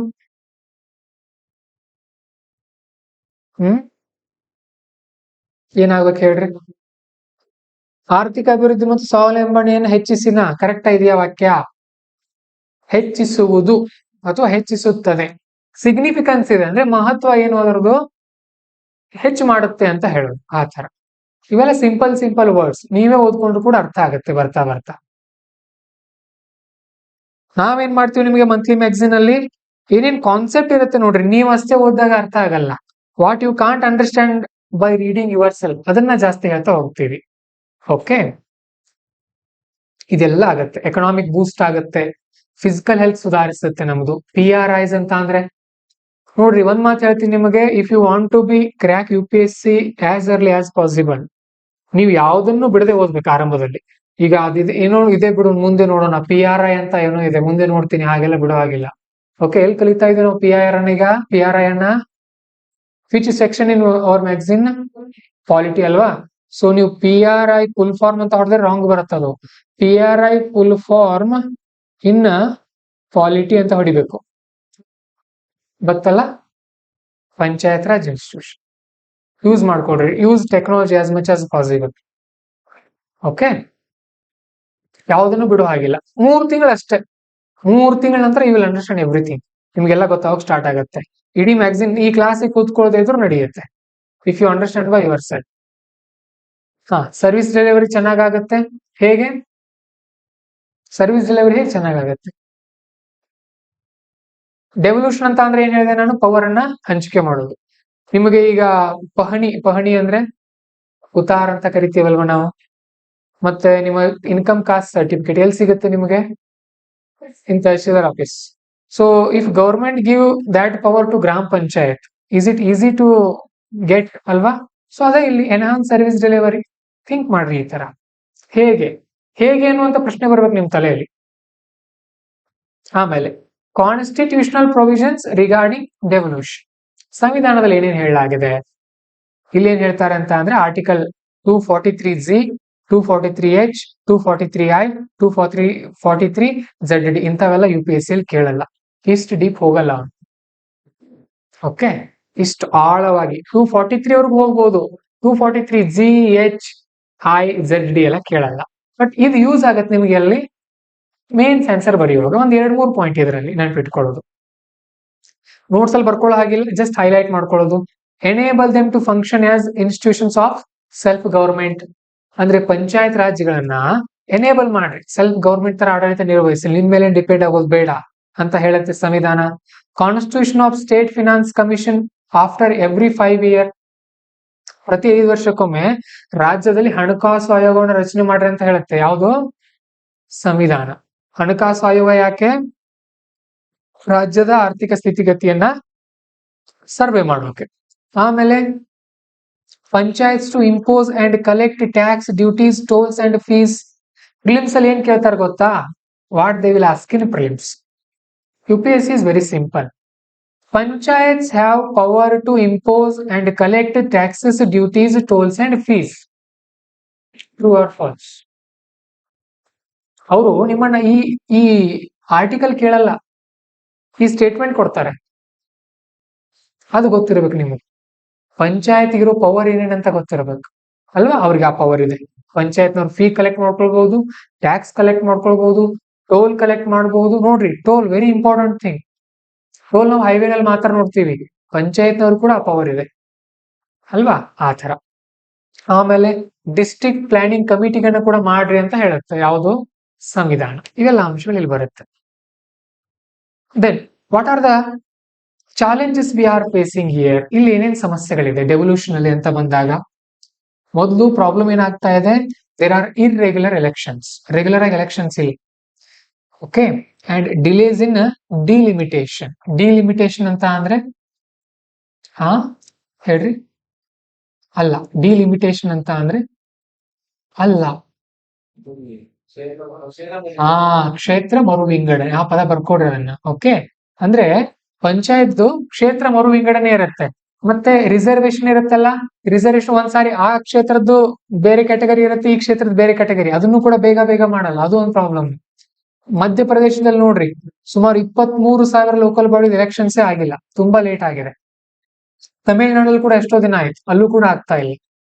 Okay, and functions being limited to traditional civic duties. ಅವರು ಫಂಕ್ಷನ್ಸ್ ತುಂಬಾ ಲಿಮಿಟೆಡ್ ಇದೆ ಪಂಚಾಯತ್ಗಳಿಗೆ. ಅದೊಂದು. ಹಣಕಾಸು ಅಂತ ಬಂದಾಗ heavy reliance on grants of centre and state. ಪಂಚಾಯತ್ಗಳಿಗೆ ರೆವಿನ್ಯೂ ಜಾಸ್ತಿ ಕಲೆಕ್ಟ್ ಆಗ್ತಾ ಇಲ್ಲ. They are completely depending on state and centre grants. ಕೇಂದ್ರ ಸರ್ಕಾರ ಮತ್ತು ರಾಜ್ಯ ಸರ್ಕಾರಗಳು ಕೊಡ್ತಾ ಇರುವಂತಹ ಅನುದಾನಗಳ ಮೇಲೆನೆ ಜಾಸ್ತಿ ಅವರು ಡಿಪೆಂಡ್ ಇದ್ದಾರೆ. ಮತ್ ನಾನು ಇಲ್ಲಿ ಏನ್ ಮಾಡ್ತಿರ್ತೀನಿ, ನಿಮಗೆ ಇಂಪಾರ್ಟೆಂಟ್ ಪಾಯಿಂಟ್ ಅಷ್ಟೇ ಹೇಳ್ತಿರ್ತೀನಿ. But what you have to do, you have to read every line. ನೀವೆಲ್ಲಾನೇ ಓದ್ಬೇಕು. ಸ್ವಲ್ಪ ಆರಂಭದಲ್ಲಿ ಬರ್ತಾ ಬರ್ತಾ ರೂಢಿ ಆಗುತ್ತೆ. ಬರ್ತಾ ಬರ್ತಾ ನೀವೇ ಈ ತರ ಹೈಲೈಟ್ ಮಾಡಕ್ ಸ್ಟಾರ್ಟ್ ಮಾಡ್ತೀರಿ, which line is important, which is not ಅಂತ. ಅರ್ಥ ಆಯ್ತಾ? ಸೊ ಇದರಲ್ಲಿ ಏನ್ ಮಾಡೋದು, ನೀವು ಈ ಫ್ಯಾಕ್ಟ್ ಬರ್ಕೊಳ್ಳೋದು. ಮಧ್ಯಪ್ರದೇಶದಲ್ಲಿ ಸುಮಾರು 23,000 ಲೋಕಲ್ ಬಾಡಿಗಳದ್ದು ಚುನಾವಣೆ ಆಗಿಲ್ಲ. ಅದೊಂದು ಫ್ಯಾಕ್ಟ್ ನಿಮ್ ಬುಕ್ ನಲ್ಲಿ. ಓಕೆ, ಆಮೇಲೆ ನೋಡ್ರಿ, 95% ರೆವಿನ್ಯೂ ಎಲ್ಲಿಂದ ಬರ್ತಾ ಇದೆ? ಸ್ಟೇಟ್ ಗವರ್ಮೆಂಟ್ ಮತ್ತೆ ಸೆಂಟ್ರಲ್ ಗವರ್ಮೆಂಟ್ ಇಂದಾನೆ ಬರ್ತಾ ಇದೆ. ಅಂದ್ರೆ ಪಂಚಾಯತ್ಗಳಿಂದ ಟ್ಯಾಕ್ಸ್ ಕಲೆಕ್ಷನ್ ಚೆನ್ನಾಗಿ ಆಗ್ತಾ ಇಲ್ಲ, ಅವ್ರಿಗೆ ಆದಾಯ ಚೆನ್ನಾಗಿಲ್ಲ ಪಾಪ. ದೆನ್ ಸ್ಟಾಫ್ ಕೂಡ ಇಲ್ಲ ಅಲ್ಲಿ, ವರ್ಕರ್ಗಳ ಸಂಖ್ಯೆ ಕೂಡ ಕಡಿಮೆ ಇದೆ. That is also major issue. Over burden ಆಗ್ತಾ ಇದೆ ಅಲ್ಲಿರುವಂತ ವರ್ಕರ್ಗಳಿಗೆ. And there is a lack of infrastructure.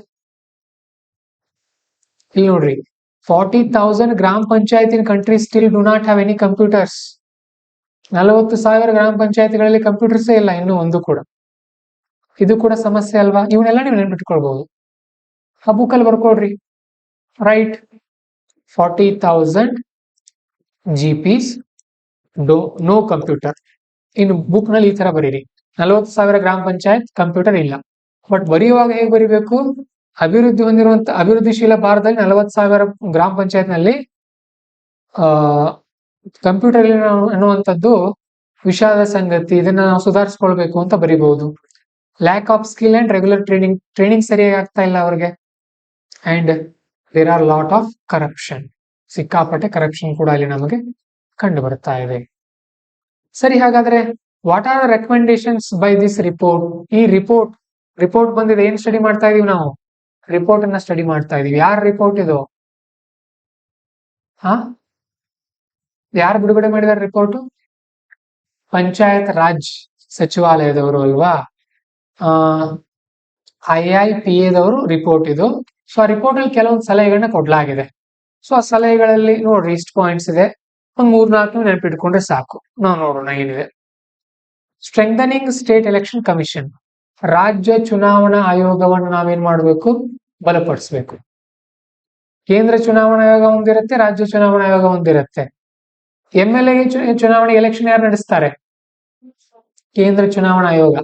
ರಾಜ್ಯಗಳಲ್ಲಿ ನಡೆಯುವಂತ ಚುನಾವಣೆಗಳು ಇರುತ್ತಲ್ಲ, ಇವು ಗ್ರಾಮ ಪಂಚಾಯತ್, ಜಿಲ್ಲಾ ಪಂಚಾಯತ್, ತಾಲೂಕಾ ಪಂಚಾಯತ್, ಇವುಗೆಲ್ಲ ರಾಜ್ಯ ಚುನಾವಣಾ ಆಯೋಗದವರು ಚುನಾವಣೆ ನಡೆಸ್ತಾರೆ.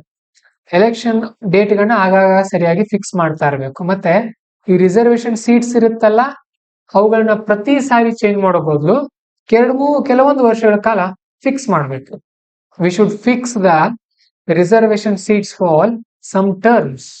ಇಲ್ಲ ಅಂದ್ರೆ ಏನಾಗುತ್ತೆ? ಪ್ರತಿ ಸಾರಿ ಚೇಂಜ್ ಆಗುತ್ತೆ. ಪ್ರತಿ ಸಾರಿ ಚೇಂಜ್ ಆಗೋದ್ರಿಂದ ರೆಗ್ಯುಲರ್ ಆಗಿ ಎಲೆಕ್ಷನ್ಗಳಾಗಲ್ಲ.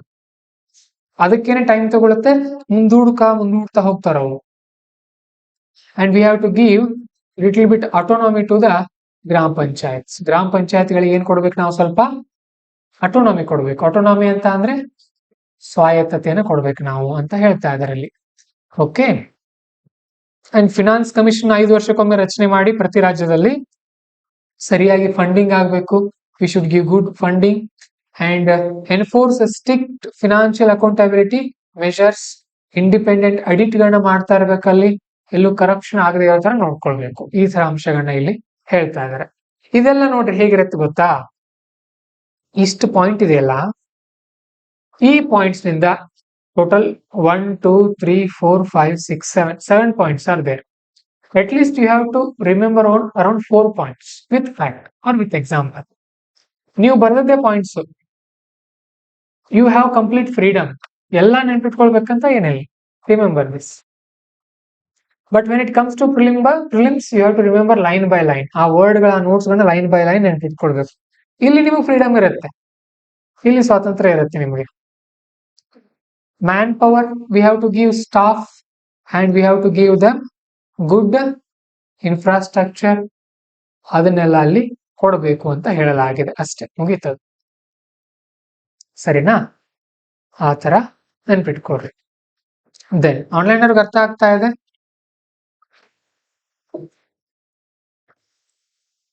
ನಿಮ್ಗೆ ಅರ್ಥ ಆಗ್ತಾ ಇದೆ? ಅಂಡರ್ಸ್ಟ್ಯಾಂಡಿಂಗ್ ಬಸವರಾಜ್ ಅರ್ಥ ಆಗ್ತಾ ಇದೆ? ಉದಯಪ್ಪ ಅವ್ರೆ ನಿಮಗೆ ಈಸಿ ಇದೆ? ಎಲ್ಲ ಮೇನ್ಸ್ ಟಾಪಿಕ್ಸ್ ಈಸಿನೇ. ಇಲ್ಲಿ ಮುಂದೆ ಬರುತ್ತೆ ನೋಡ್ರಿ, ಕೆಲವೊಂದು ಬರುತ್ತೆ ಪ್ರಿಲಿಮ್ಸ್ ಟಾಪಿಕ್ಸ್, ನ್ಯೂಸ್ ಇನ್ ಶಾರ್ಟ್ಸ್ ಅಂತ ಇರುತ್ತೆ. ಇಲ್ಲಿ ಎಲ್ಲ ನೆನ್ಪಿಟ್ಕೊಳ್ಬೇಕು. ಇವು ತುಂಬಾ ತುಂಬಾ important.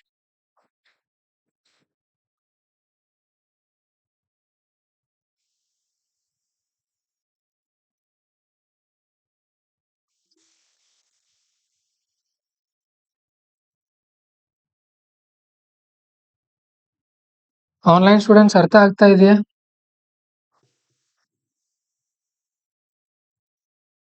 Next, proxy representation in PRIs.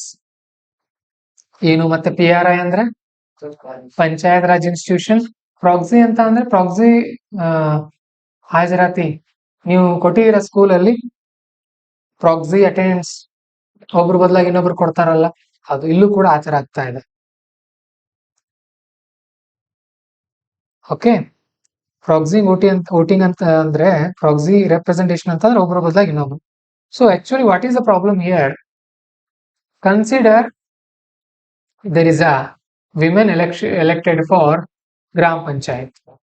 Okay, but she is not allowed to go for meeting. Instead of her husband will go.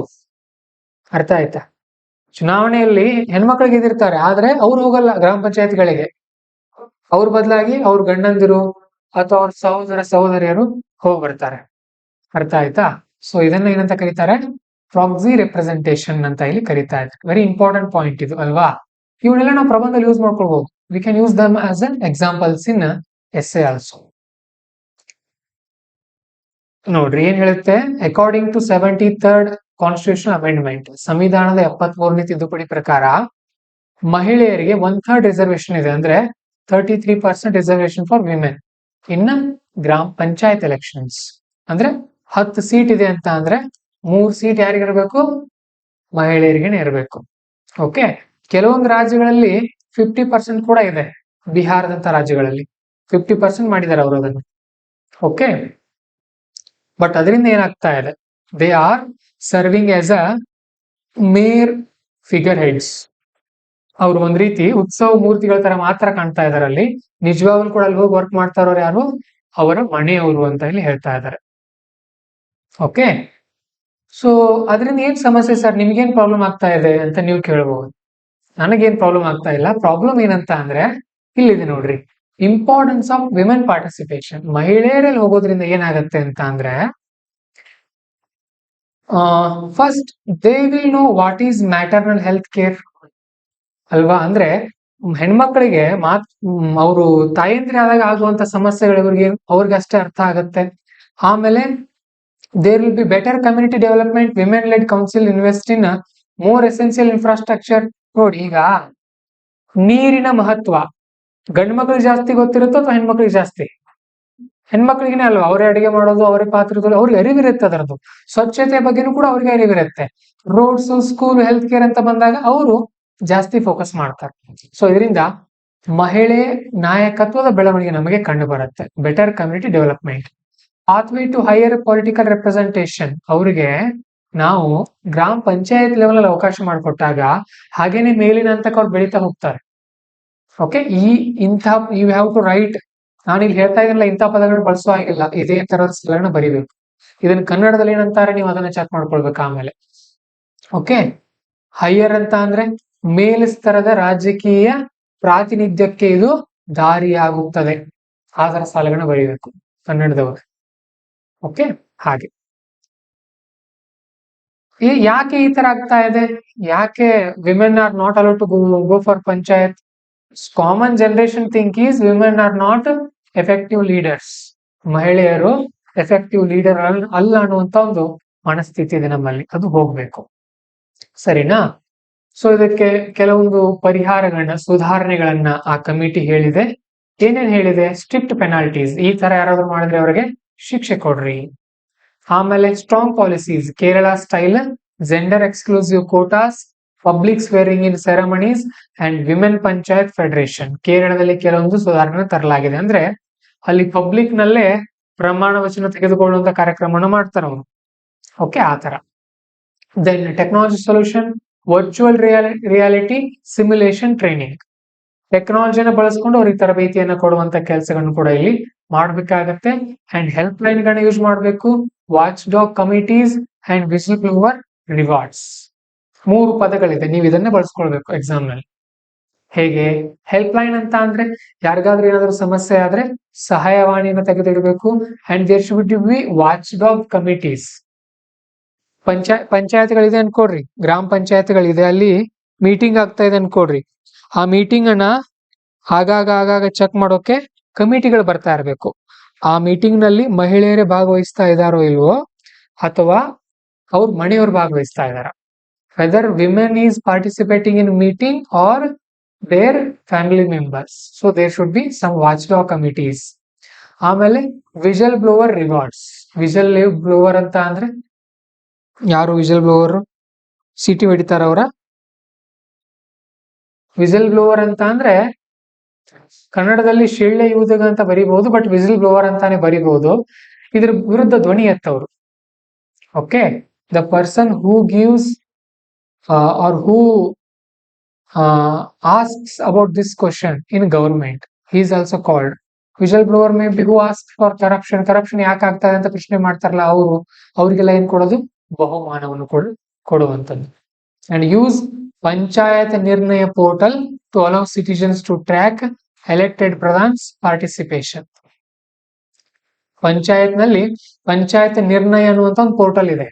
ಆ ಪೋರ್ಟಲ್ ಅಲ್ಲಿ ಜನರಿಗೆ ಆ ಒಂದು ಎಲೆಕ್ಷನ್ ಅಲ್ಲ, ಆ ಪಂಚಾಯತ್ ಮೀಟಿಂಗ್ ನಲ್ಲಿ ಭಾಗವಹಿಸ್ತಾ ಇದಾರೋ ಇಲ್ವೋ ಅನ್ನೋದನ್ನ ತಿಳ್ಕೊಳ್ಳೋಕೆ ಅವಕಾಶವನ್ನ ಮಾಡಿಕೊಡೋದು, ಅದನ್ನ ಇಲ್ಲಿ ಹೇಳ್ತಾ ಇದ್ದಾರೆ. ಸರಿನಾ? ಸೊ ಇವೆಲ್ಲವೂ ಕೂಡ ರಿಲೇಟೆಡ್ ಟು ವಾಟ್? ಏನ್ ಕಲ್ತ್ವಿ? ಯಾವ ಟಾಪಿಕ್ ಕಲ್ತ್ವಿ? ಪಂಚಾಯತ್ ರಾಜ್ ಬಗ್ಗೆ ಕಲ್ತ್ವಿ. ನಾವು ಪಂಚಾಯತ್ ರಾಜ್ 2 ಅಂಶ ಕಲ್ತ್ಕೊಂಡ್ವಿ. ಮೊದಲನೇದಾಗಿ ಪ್ರೆಸೆಂಟ್ ಸ್ಟೇಟಸ್ ಏನಿದೆ, ಎರಡನೇದೇನಿತ್ತು ಹೆಡ್ಡಿಂಗು? ಪ್ರಾಕ್ಸಿ ರೆಪ್ರೆಸೆಂಟೇಷನ್ ಅಲ್ವಾ? ಸೊ ಹಾಗೆ ಅಂಶಗಳನ್ನ ನಾವು ಕಲ್ತಿದ್ದೀವಿ.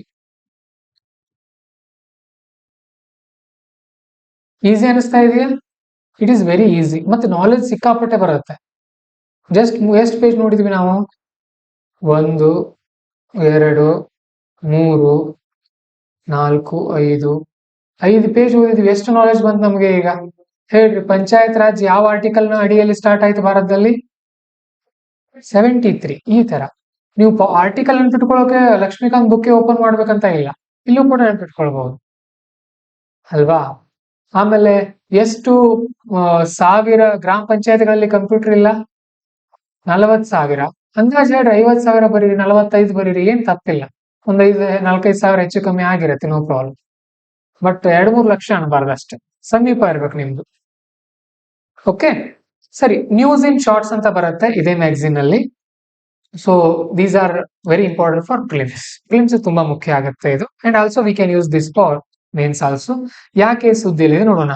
Government to set up deregulation commission. Okay, government is about to set up deregulation commission. ನೋಡೋಣ ಏನಿದೆ ಡಿರೆಗ್ಯುಲೇಷನ್ ಕಮಿಷನ್ ಅಂತ ಅಂದ್ರೆ.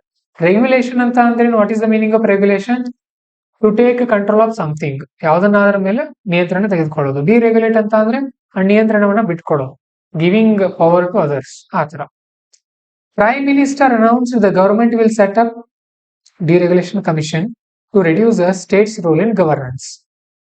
ಈ ಆಡಳಿತದಲ್ಲಿ ಸರ್ಕಾರದ ಪಾತ್ರವನ್ನ ಕಡಿಮೆ ಮಾಡಲು ಪ್ರಧಾನಮಂತ್ರಿಗಳು ಡಿರೆಗ್ಯುಲೇಷನ್ ಕಮಿಷನ್ ಅನ್ನ ಸ್ಥಾಪಿಸುತ್ತೀವಿ ಅಂತ ಹೇಳಿದ್ದಾರೆ. ಹಾಗಾದ್ರೆ ಏನದು ನೋಡೋಣ. ನಮ್ಮ ಭಾರತ ಸರ್ಕಾರದ ಜನ ವಿಶ್ವಾಸ ಬಿಲ್ ಅಂತ ಇದೆ. ಜನ ವಿಶ್ವಾಸ ಬಿಲ್ 2.0 ನ ಅಡಿಯಲ್ಲಿ, ಯೂನಿಯನ್ ಬಜೆಟ್ ನ ಅಡಿಯಲ್ಲಿ ಏನ್ ಹೇಳಾಗಿದ್ದಾರೆ ಅಂತ ಅಂದ್ರೆ, decriminalise over 100 outdated legal provisions to enhance ease of doing business. Is of doing business ಅಂತ ಬರುತ್ತೆ. ನೀವು ಕನ್ನಡದಲ್ಲಿ ಬರೆಯುವಾಗಲೂ ಕೂಡ ಈಸ್ ಆಫ್ ಡೂಯಿಂಗ್ ಬಿಸಿನೆಸ್ ಅಂತಾನೆ ಬರೀರಿ, ಅಥವಾ ಸರಳೀಕೃತ ವ್ಯಾಪಾರ ವ್ಯವಸ್ಥೆ ಅಂತ ಬರೀರಿ.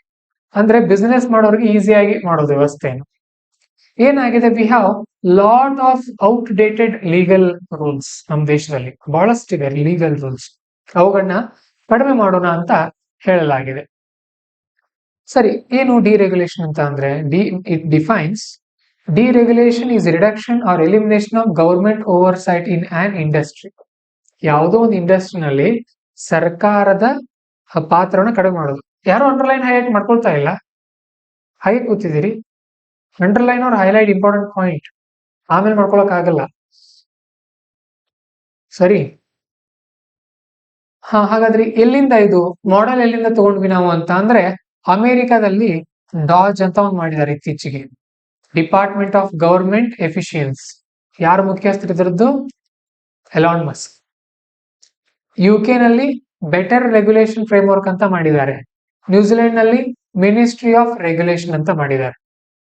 ಇಲ್ಲೆಲ್ಲ ಏನ್ ಮಾಡ್ತಾ ಇದಾರೆ, ಎಲ್ಲೆಲ್ಲಿ ಸರ್ಕಾರದ ಪಾತ್ರ ಅಗತ್ಯ ಇಲ್ಲ ಅಲ್ಲೆಲ್ಲ ಹೊರಗಡೆ ಬರ್ತಾ ಇದಾರೆ. ನಾವ್ಯಾಕಿರೋದು ಸುಮ್ನೆ ವೇಸ್ಟ್ ಅಂತ ಹೇಳಿ. ಓಕೆ, ಸರಿ. ಏನಿದ್ರ ಮಹತ್ವ? Significance of deregulation economic activity ಅಂತ ನೋಡಿದಾಗ, ಇಟ್ ಬೂಸ್ಟ್ ದ ಗ್ರೋತ್. ಇದರಿಂದ ಗ್ರೋತ್ ಬೆಳೆಯುತ್ತೆ. ಹೇಗೆ? Japan and China achieved high growth through deregulation. ಅಲ್ಲಿ ಎಲ್ಲಾನು ಕೂಡ ಸರ್ಕಾರದ ಅಡಿಯಲ್ಲೇ ಇತ್ತು ಮೊದಲು, ಅದನ್ನ ಅವರ ಬಿಟ್ರು, ಡಿರೆಗ್ಯುಲೇಟ್ ಮಾಡಿದ್ರು, ಅವಾಗ ವೇಗವಾಗಿ ಬೆಳೀತದು. ಯಾವುದು? ಜಪಾನ್ ಮತ್ತು ಚೀನಾದಂತಹ ದೇಶಗಳು. ನಾವು ಕೂಡ ಅದನ್ನ ಈಗ ಅಳವಡಿಸ್ಕೊಳ್ಬೇಕಾಗಿದೆ. It enhance economic freedom, removes bureaucratic hurdles. ಇದರಿಂದ ಏನಾಗುತ್ತೆ, ಬಹಳಷ್ಟು ಅನವಶ್ಯಕ ಕಾನೂನುಗಳನ್ನ ನಿಯಮಗಳನ್ನ ತೆಗೆದೊಗಿತಾರೆ. ಸೊ ಪ್ರೈವೇಟ್ ನವ್ರಿಗೆ ಅನುಕೂಲ ಆಗುತ್ತೆ ಕಂಪನಿಗಳನ್ನ ಸ್ಟಾರ್ಟ್ ಮಾಡೋಕೆ. Okay, and also it reduces MSME compliance cost. MSME ಏನು ಕಂಪ್ಲೈನ್ಸ್ ಗಳಿರುತ್ತಲ್ಲ, ನಿಯಮಗಳು, ಅವುಗಳನ್ನೆಲ್ಲ ಕಡಿಮೆ ಮಾಡುತ್ತೆ. ಏನ್ MSME ಅಂತ ಅಂದ್ರೆ ಮೈಕ್ರೋ ಸ್ಮಾಲ್ ಮೀಡಿಯಂ ಎಂಟರ್ಪ್ರೈಸಸ್ ಅಂದ್ರೆ ಸಣ್ಣ ಸಂಸ್ಥೆಗಳು. ಒಂದು ಸಣ್ಣ ಸಂಸ್ಥೆ, ಈಗ ಒಂದು ಉದಾಹರಣೆ ಹೇಳ್ತೀನಿ ನಾನು ನಿಮಗೆ. You are planning to start a company. ನೀವು ಒಂದು ಕಂಪನಿನ ಸ್ಟಾರ್ಟ್ ಮಾಡ್ಬೇಕು ಅನ್ಕೊಂಡಿದೀರಿ, ಅಷ್ಟೇ ಒಂದು 5-6 ಲಕ್ಷ ರೂಪಾಯಿ ಇನ್ವೆಸ್ಟ್ಮೆಂಟ್ ಮಾಡ್ತಾ ಇದೀರಿ. ನೀವು ಆಫೀಸ್ಗೆ ಹೋಗ್ತೀರಿ, ಗೌರ್ಮೆಂಟ್ ಆಫೀಸ್ಗೆ ಕೇಳ್ತೀರಿ. ಓಕೆ, ಅಲ್ಲವರು ಹಲವಾರು ರೂಲ್ಸ್ ಹೇಳ್ಬಿಡ್ತಾರೆ ನಿಮ್ಗೆ, 100 ರೂಲ್ಸ್. ಅವಾಗ ಏನ್ ಅನಿಸುತ್ತೆ ನಿಮ್ ಮನಸ್ಸಿಗೆ? What you think, what you feel? ಬೇಡ ಬೇಡ, ಸುಮ್ನೆ ಆಗ್ಬಿಡ್ತೀರಿ. ಬಟ್ ಅದ್ರ ಬಗ್ಗೆ ರೂಲ್ಸ್ ಕಡಿಮೆ ಇದ್ರೆ ಯು ವಿಲ್ ಸೆಟ್ ಅಪ್. ಇದು ಕೂಡ ಹಾಗೆ, ಕೋಚಿಂಗ್ ಇಂಡಸ್ಟ್ರಿ ಕೂಡ ಹಾಗೆ ಇದೆ. To start coaching institute you have to do only 2 things. First one, register in that city municipality or any gram panchayat and register in the state government's higher education department. ಎರಡೇ rules, ಮತ್ತೇನಿಲ್ಲ start ಮಾಡುವಾಗ. ಆಮೇಲೆ ಮುಂದೆ income ಜಾಸ್ತಿ ಆದ್ಮೇಲೆ tax rules ಎಲ್ಲ ಬರುತ್ತೆ. ಮೊದಲೇ ಎಲ್ಲ ಮಾಡ್ಕೊಂಡು ಸ್ಟಾರ್ಟ್ ಮಾಡ್ರಿ ಅಂದ್ರೆ ಮಾಡ್ತಾರೆ ಯಾರಾದ್ರೂ? ಯಾರಿಗ್ ಬೇಕು ಬಿಡು ಅಂತ ಬಿಟ್ಟು ಬಿಡ್ತೀವಿ. ಸೊ ಆತರ ಅವನ್ನೆಲ್ಲ ಕಡಿಮೆ ಮಾಡ್ತಾ ಇದ್ದಾರೆ. And it enhances the competitive federalism. ಒಂದು ರಾಜ್ಯದವ್ರ ನೋಡಿ ಮತ್ತೊಂದು ರಾಜ್ಯದವ್ರು ಏನ್ ಮಾಡ್ತಾರೆ, ರೂಲ್ಸ್ ಗಳನ್ನ, ರೆಗ್ಯುಲೇಷನ್ ಗಳನ್ನ ಕಡಿಮೆ ಮಾಡ್ತಾರೆ. For example, in some cities there was they used to, some state governments not allowed women night shifts. Night shift ಅಲ್ಲಿ ಮಹಿಳೆಯರು ವರ್ಕ್ ಮಾಡೋ ಹಾಗಿಲ್ಲ ಅಂತ ರೂಲ್ಸ್ ಗಳನ್ನ ಮಾಡಿದ್ರು ಕೆಲವೊಂದು ರಾಜ್ಯಗಳವರು. ಅದನ್ನ ಈಗ ಕಡಿಮೆ ಮಾಡಿದ್ದಾರೆ. ಆತರ ಇಲ್ಲ. ಈಗ ಆಂಧ್ರ ಪ್ರದೇಶ್, ಕರ್ನಾಟಕ, ಹರಿಯಾಣದಲ್ಲೆಲ್ಲ ಏನ್ ಮಾಡ್ಬೋದು, ಮಹಿಳೆಯರು ನೈಟ್ ಶಿಫ್ಟ್ ಅಲ್ಲಿ ಕೂಡ ವರ್ಕ್ ಮಾಡಬಹುದು. ಓಕೆ, ಆತರ ಏನಾಗುತ್ತೆ, what are the challenges of deregulation? ಸರಿ, ಈ ಡಿರೆಗ್ಯುಲೇಷನ್ ಒಳ್ಳೇದಂತ ಗೊತ್ತಾಯ್ತು ನಮಗೆ. ರೂಲ್ಸ್ ರೆಗ್ಯುಲೇಷನ್ ಕಡಿಮೆ ಇದ್ರೆ ಒಳ್ಳೇದೇ, ಹೌದು, ಯಾರಿಗೂ ಕೆಟ್ಟದ್ದಲ್ಲ ಅದು. But it leads to market monopolisation. ಏನಾಗತ್ತೆ, ಮಾರುಕಟ್ಟೆ ಮೊನೋಪೊಲೈಸ್ ಆಗತ್ತೆ ಅಂತ. ಏಕಸ್ವಾಮ್ಯ, ಕೆಲವೊಂದು ಕಂಪನಿಗಳೇ ಬೆಳಿಲಿಕ್ಕೆ ಸ್ಟಾರ್ಟ್ ಆಗತ್ತೆ ಅಲ್ವಾ. And potential for exploitation, unethical practices like price gauging. ಏನ್ ಮಾಡ್ತಾರೆ, ಬೆಲೆ ಏರಿಕೆಗಳನ್ನ ಮಾಡ್ಕೊಳ್ಬಹುದು. ಲ್ಯಾಕ್ ಆಫ್ ಟ್ರಾನ್ಸ್ಪರೆನ್ಸಿ, ಪಾರದರ್ಶಕತೆ ಕಂಡು ಬರೋದಿಲ್ಲ ಪ್ರೈವೇಟ್ ಕಂಪನಿಗಳಲ್ಲಿ. ಇವೆಲ್ಲವೂ ಕೂಡ ನಮಗೆ ಸಮಸ್ಯೆಗಳು ಕಂಡು ಬರ್ತಾ ಹೋಗುತ್ತೆ. ಸರಿನಾ? ಸೊ ನೆಕ್ಸ್ಟ್ ನಾವು ನೋಡೋದಾದ್ರೆ ಪ್ರೆಸಿಡೆಂಟ್ಸ್ ರೂಲ್ ಇನ್ ಮಣಿಪುರ್ ಅಂತ ಬರುತ್ತೆ ಕರೆಂಟ್ ಅಫೇರ್ಸ್ ನಲ್ಲಿ. ಪ್ರೆಸಿಡೆಂಟ್ ರೂಲ್ಗೆ ಕನ್ನಡದಲ್ಲಿ ಏನಂತ ಕರಿತೀವಿ? ರಾಷ್ಟ್ರಪತಿ ಆಳ್ವಿಕೆ ಅಥವಾ ಆಡಳಿತ ಅಂತ ಕರಿತೀವಿ. ಮಣಿಪುರದಲ್ಲಿ ಅದನ್ನ ಜಾರಿಗೆ ತರಲಾಗಿದೆ. President of India issued proclamation imposing president's rule in Manipur. ಮಣಿಪುರದಲ್ಲಿ ರಾಷ್ಟ್ರಪತಿ ಆಳ್ವಿಕೆಯನ್ನು ಯಾರು ಜಾರಿಗೆ ತಂದಿದ್ದಾರೆ? ರಾಷ್ಟ್ರಪತಿಯವರೇ ತರ್ತಾರೆ. ಅದು ಇಂಪಾರ್ಟೆಂಟ್ ಗೊತ್ತಿರಲಿ. Who announces president's rule? President himself, not prime minister. ಗೊತ್ತಿರಲಿ. ವರ್ಡ್ ಟು ವರ್ಡ್ ಓದ್ಬೇಕು ನಾವು UPSC ಓದುವಾಗ. ಓಕೆ,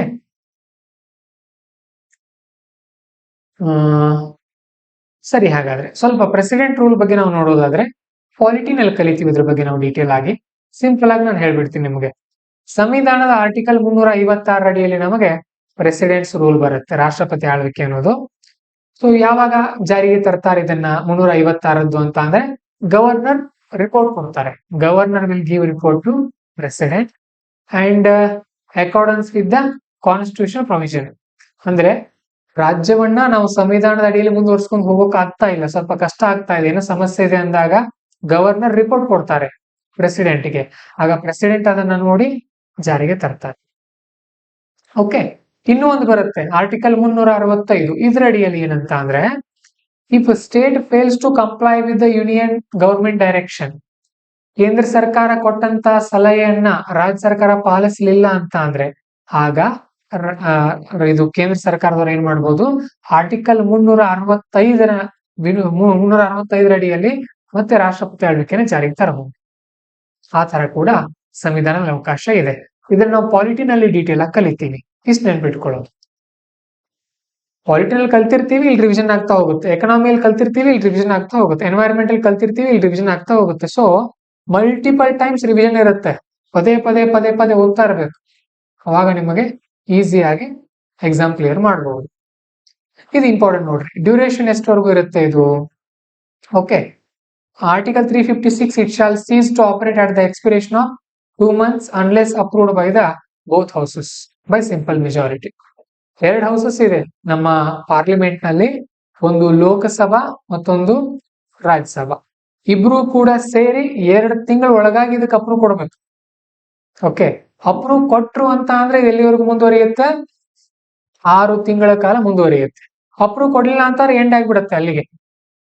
ಓಕೆ, ಅಪ್ರೂವ್ ಕೊಡ್ಲಿಲ್ಲ ಅಂತ ಅಂದ್ರೆ 2 ತಿಂಗಳವರೆಗೂ ಇರುತ್ತೆ. 2 ತಿಂಗಳಾದ ನಂತರ ಎಂಡ್ ಆಗಿಬಿಡುತ್ತೆ. ಅಪ್ರೂವ್ ಆಯ್ತು ಅಂತಂದ್ರೆ ಎಲ್ಲಿವರೆಗೂ ಇರುತ್ತೆ? 6 ತಿಂಗಳವರೆಗೂ ಇರುತ್ತೆ. ಸ್ವಲ್ಪ 6 ತಿಂಗಳು ಪ್ಲಸ್ ಮತ್ತೆ 6 ವೀಕ್ ಅಂತ ಇದೆ, ಅದನ್ನ ಕಲಿತೀವಿ ನಾವು ಮುಂದೆ.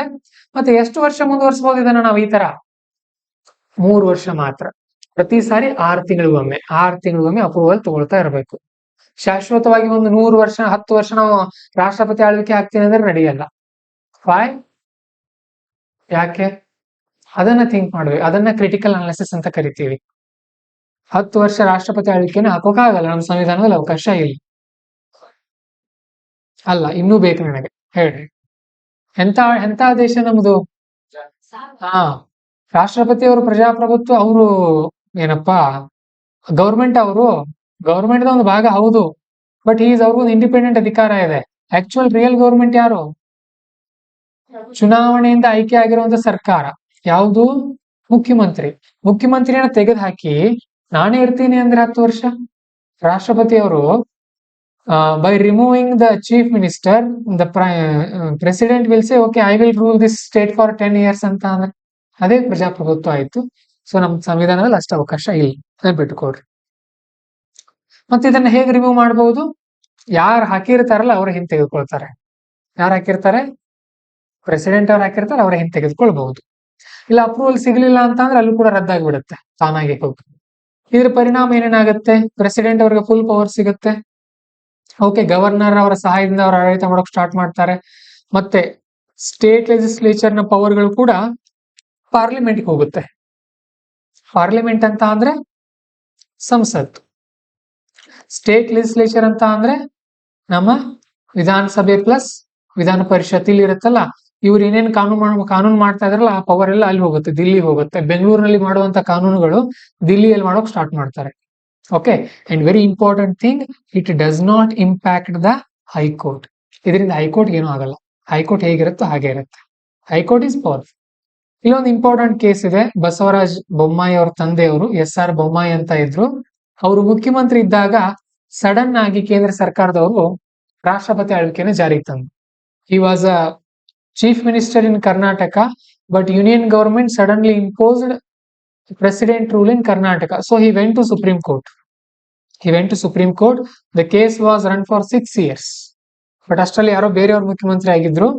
Then the judgment come in 1994. 1994 judgement ಬಂತು. ಅದರಲ್ಲಿ ಏನ್ ಹೇಳಿದ್ರು ಅಂತ ಅಂದ್ರೆ, this 356 article, the proclamation of president rule is under judicial review.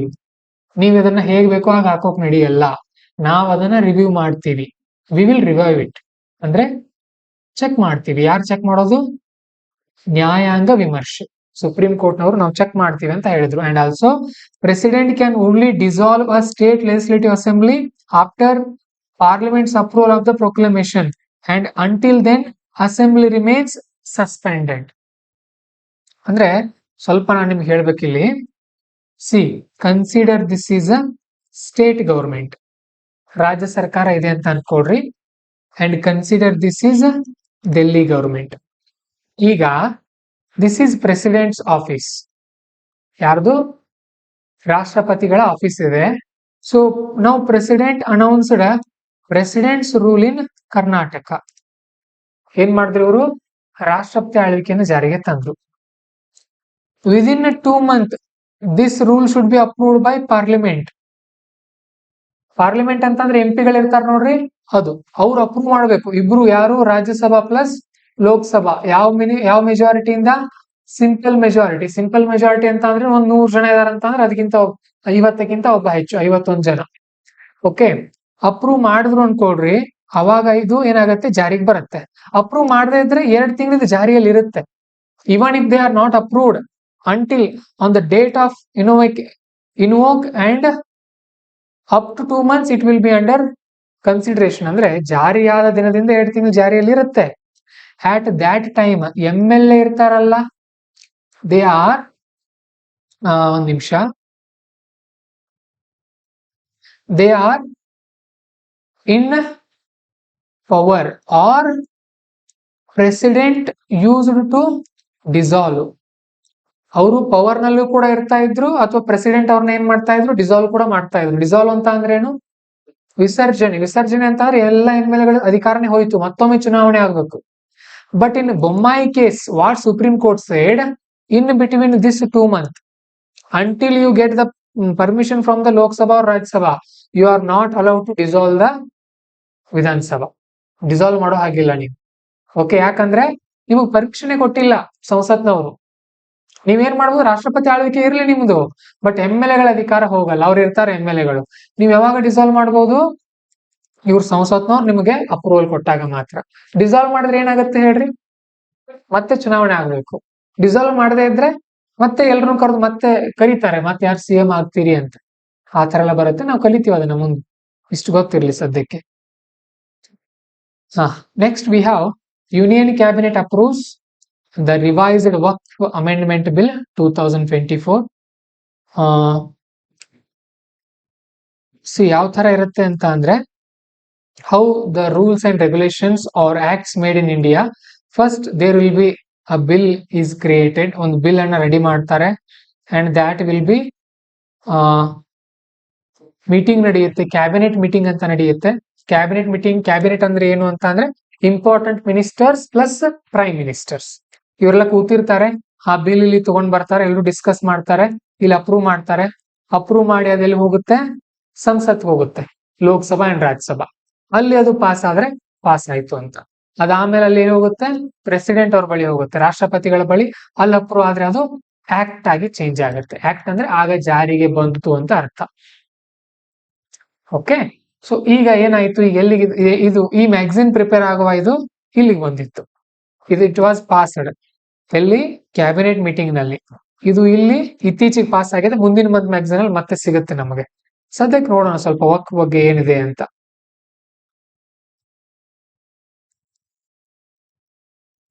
So ಇದಕ್ಕೆ ಸ್ವಲ್ಪ ಮೊದಲು ಅವ್ರು ಜಾರಿಗೆ ತಂದಿದ್ರೆ ಅದನ್ನ ಜಾರಿಗಲ್ಲ, ಅದು ಬಿಲ್ ಅನ್ನ ತಂದಿದ್ರು, ಸ್ವಲ್ಪ ತಿದ್ದುಪಡಿ ಮಾಡ್ಕೊಂಡು ಹೊಸ ಬಿಲ್ ಅನ್ನ ರೆಡಿ ಮಾಡ್ಕೊಂಡಿದ್ದಾರೆ. ಈಗ ಏನಿದೆ ಇದು, ಇದ್ರ ಗುರಿಗಳೇನು ಅಂತ ನೋಡಿದಾಗ 1995 ಆಕ್ಟ್ ಗೆ ಇವರು ಮತ್ತೆ ತಿದ್ದುಪಡಿ ಮಾಡ್ತಾ ಇದ್ದಾರೆ.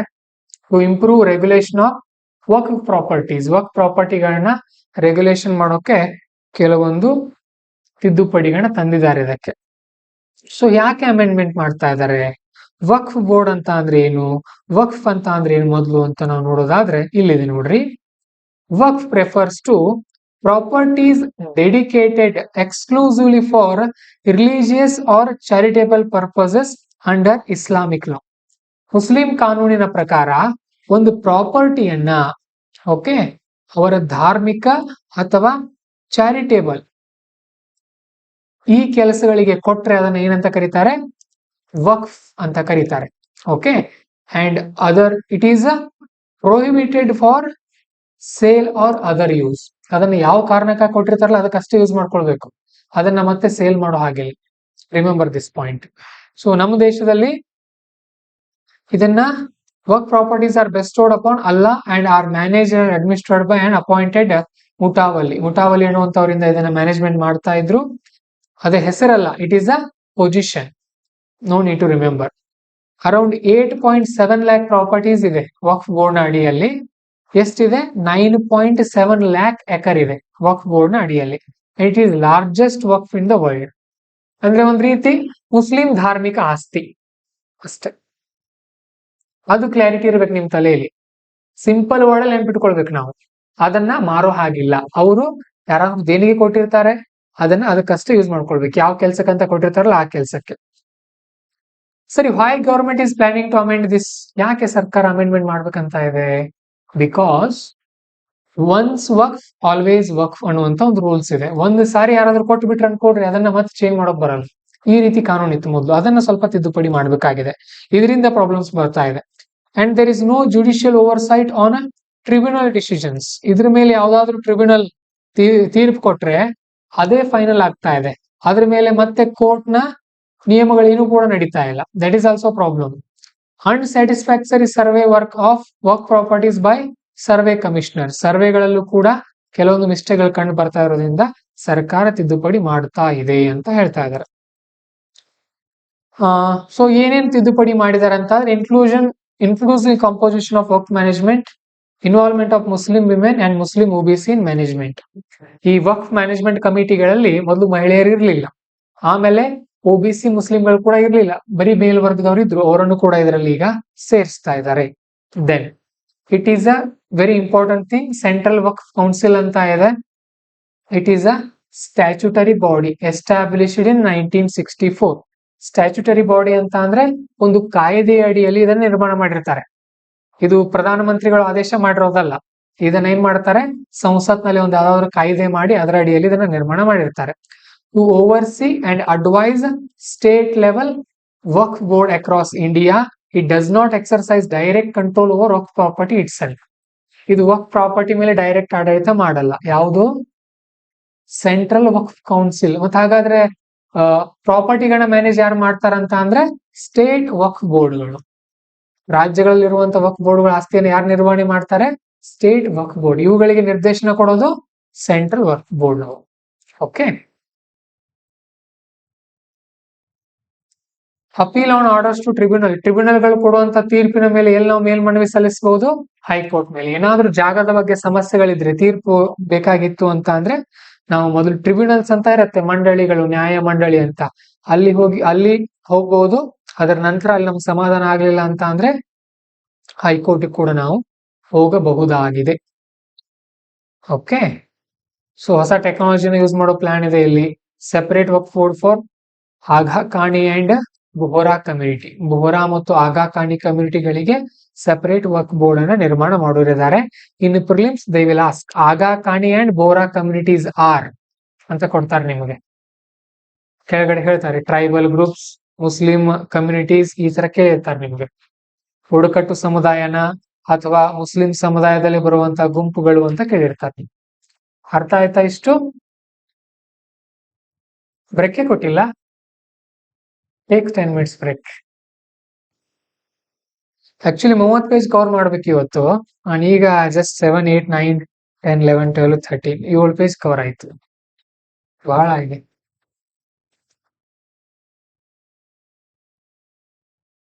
ಅರ್ಥ ಆಗ್ತಾ ಇದೆ? ಇಂಟ್ರೆಸ್ಟ್ ಬರ್ತಾ ಇದೆ?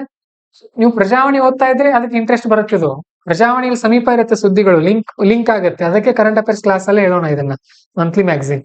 ಬಟ್ ಪ್ರಜಾವಾಣಿ ಮಿಸ್ ಮಾಡಬೇಡ್ರಿ, ಅಲ್ಲಿ ಬಂದಿರುತ್ತೆ, ದೊಡ್ಡ ಆರ್ಟಿಕಲ್ಲೇ ಬಂದಿರುತ್ತೆ. ವಕ್ಫ್ ಬೋರ್ಡ್ ಬಗ್ಗೆ ಏನಾದ್ರು ಡಿಸ್ಕಷನ್ ಇರುತ್ತೆ ಅನ್ಕೊಡ್ರಿ, ಬಂದಿರುತ್ತೆ. ಅದನ್ನ ಓದ್ಕೊಂಡಿರೋದು ನಾನು ಕೂಡ ಇಲ್ಲಿ ಪಾಯಿಂಟ್ಸ್ ಹೇಳ್ತೀನಿ ನಿಮಗೆ.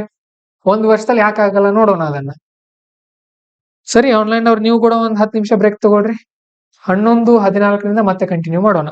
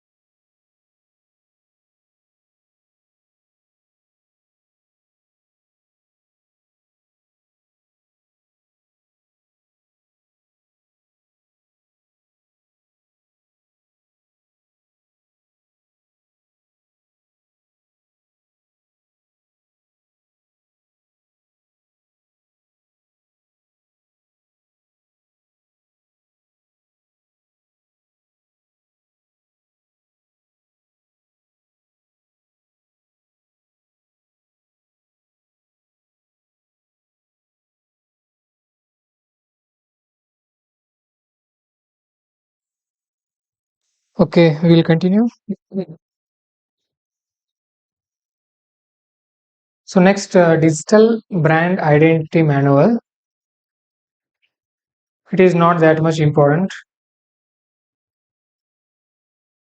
It is a program for standardizing government websites. ಸರ್ಕಾರದ ವೆಬ್ಸೈಟ್ಗಳನ್ನ ಗುಣಮಟ್ಟ ಇಂಪ್ರೂವ್ಮೆಂಟ್ ಮಾಡೋಕೆ ಸರ್ಕಾರದವ್ರು ಏನೋ ಮಾಡ್ತಾ ಇದ್ದಾರೆ. Not that much important. ಇಲ್ಲಿ ಮಿನಿಮಮ್ ಗವರ್ಮೆಂಟ್, ಮ್ಯಾಕ್ಸಿಮಮ್ ಗವರ್ನೆನ್ಸ್, ಇದನ್ನ ನೆನ್ಪಿಟ್ಕೊಳ್ಬೇಕು. You should use these types of lines in essay. ಪ್ರಬಂಧಗಳಲ್ಲಿ ಇಂತಹ ಸಾಲುಗಳನ್ನ ಬಳಸಬೇಕು ನೀವು. ಕನ್ನಡದವ್ರು ಏನಂತೀರಿ ಇದಕ್ಕೆ? ಕಡಿಮೆ ಸರ್ಕಾರ, ಹೆಚ್ಚಿನ ಆಡಳಿತ. ಪ್ರಜಾವಾಣಿಯಲ್ಲಿ ಬಂದಿರತ್ತೆ ನೋಡ್ರಿ. ಓಕೆ, ಯೂನಿಫಾರ್ಮ್ ಗವರ್ನೆನ್ಸ್, ಎಲ್ಲ ಕಡೆ ಒಂದೇ ರೀತಿ ಆಡಳಿತವನ್ನ ತರೋಕೆ ಸರ್ಕಾರ ಪ್ರಯತ್ನ ಪಡ್ತಾ ಇದೆ. ಸೊ ಇಲ್ಲಿಗೆ ಪಾಲಿಟಿ ಓವರ್. ಫೆಬ್ರವರಿ ತಿಂಗಳ ಪಾಲಿಟಿ ಮುಗೀತು ಅಲ್ಲಿಗೆ. Next we have international relations, ಅಂತಾರಾಷ್ಟ್ರೀಯ ಸಂಬಂಧಗಳ ಬಗ್ಗೆ ಇದೆ. Very interesting topic. Now we are going to study. ತುಂಬಾ ಇಂಟ್ರೆಸ್ಟಿಂಗ್ ಇದೆ. This is very very very useful for essay also. ನಮ್ಮ ಪ್ರಬಂಧಕ್ಕೂ ಕೂಡ ತುಂಬಾ ಚೆನ್ನಾಗಿದೆ ಇದು. ಮೊದಲು ಹೇಗಿತ್ತು ಜಗತ್ತು? ಒಂದ್ 2000 ವರ್ಷಗಳ ಹಿಂದೆ, 2000 ಬೇಡ, 3000 ವರ್ಷ ತಗೊಳ್ರಿ. How was the world? ಬೇರೆ ಬೇರೆ ಕಡೆ ಎಲ್ಲ ವ್ಯಾಪಾರ ನಡೀತಾ ಇತ್ತ, ಬೇರೆ ಬೇರೆ ಊರಿಗೆ. There was trade between Belagavi to New York? No, it was self sufficient cities were there. Okay, ಅಂದ್ರೆ ಸ್ವಾವಲಂಬನೆಯ ನಗರಗಳು ನಮಗೆ ಕಂಡು ಬರ್ತಾ ಇತ್ತು. But gradually what happened?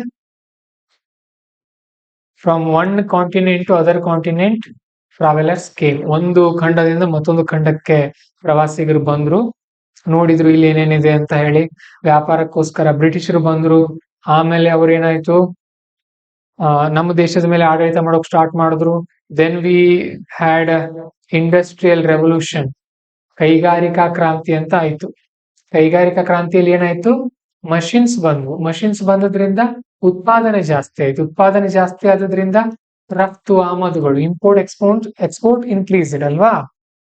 So when a computer invented after these 1990s, globalization happened. ಜಾಗತೀಕರಣ ಅಂತ ಕಂಡು ಬಂತು ನಮಗೆ. But recently what is happening? Deglobalization. ಜಾಗತೀಕರಣ ಉಲ್ಟಾ ಆಗ್ತಾ ಇದೆ ಈಗ. ಯಾವ ತರ ಅದಕ್ಕೆ ಇಲ್ಲಿ ಕೊಟ್ಟಿದ್ದಾರೆ ನೋಡ್ರಿ. ಸ್ವಲ್ಪ ಅದಕ್ಕಿಂತ ಮುಂಚೆ ತೋರಿಸ್ತೇನೆ ನಾನು ಯಾವ ತರ ಆಗಿದೆ. C, in between 1980s to 2000 globalisation increase. ಯಾವ ತರ ವ್ಯಾಪಾರ ಜಾಸ್ತಿ ಆಯ್ತು ಒಂದು ದೇಶದಿಂದ ಒಂದು ದೇಶದ ನಡುವೆ. ಇನ್ 2000 to 2010 ಪೀಕ್ ಗ್ಲೋಬಲೈಸೇಷನ್, ಸಿಕ್ಕಾಪಟ್ಟೆ ಇತ್ತು ಜಾಗತೀಕರಣ. ಓಕೆ, ಸಿಕ್ಕಾಪಟ್ಟೆ FDI ಬಂತು, ಒಂದ್ ದೇಶದಿಂದ ಮತ್ತೊಂದು ದೇಶಕ್ಕೆ ಬಂದು ಹೂಡಿಕೆ ಮಾಡಿದ್ರು. ನಾವು 2010 ನಂತರ ಏನಾಯ್ತು? Globalisation started slowing down. Then now we have fall of globalization. ಜಾಗತೀಕರಣ ಏನಾಗ್ತಾ ಇದೆ? ಕುಸಿತಾ ಇದೆ. ಸೊ ಇತ್ತೀಚೆಗೆ ನೀವು ನ್ಯೂಸ್ ಅಲ್ಲಿ ನೋಡಿರಬಹುದು, Donald Trump imposed tax on imports. ಆಮದುಗಳ ಮೇಲೆ ತೆರಿಗೆ ಹಾಕ್ತಾ ಇದ್ದಾರೆ ಡೊನಾಲ್ಡ್ ಟ್ರಂಪ್. ಯಾಕೆ?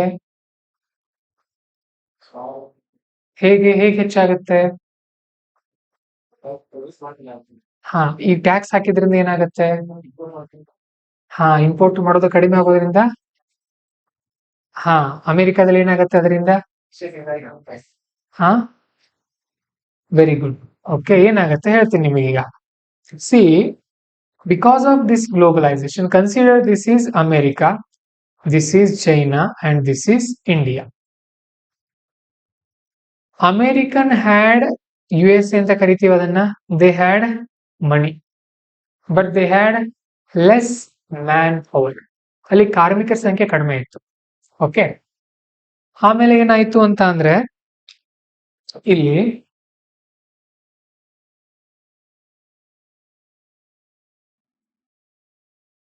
ಅಮೆರಿಕಾದವ್ರ ಬಳಿ ದುಡ್ಡಿತ್ತು, ಆಮೇಲೆ ಏನು ಕಾರ್ಮಿಕರ ಪವರ್ ಕಡಿಮೆ ಇತ್ತು. So what they did, they, because of globalization, they set up their factories in China and they set up their factories in India.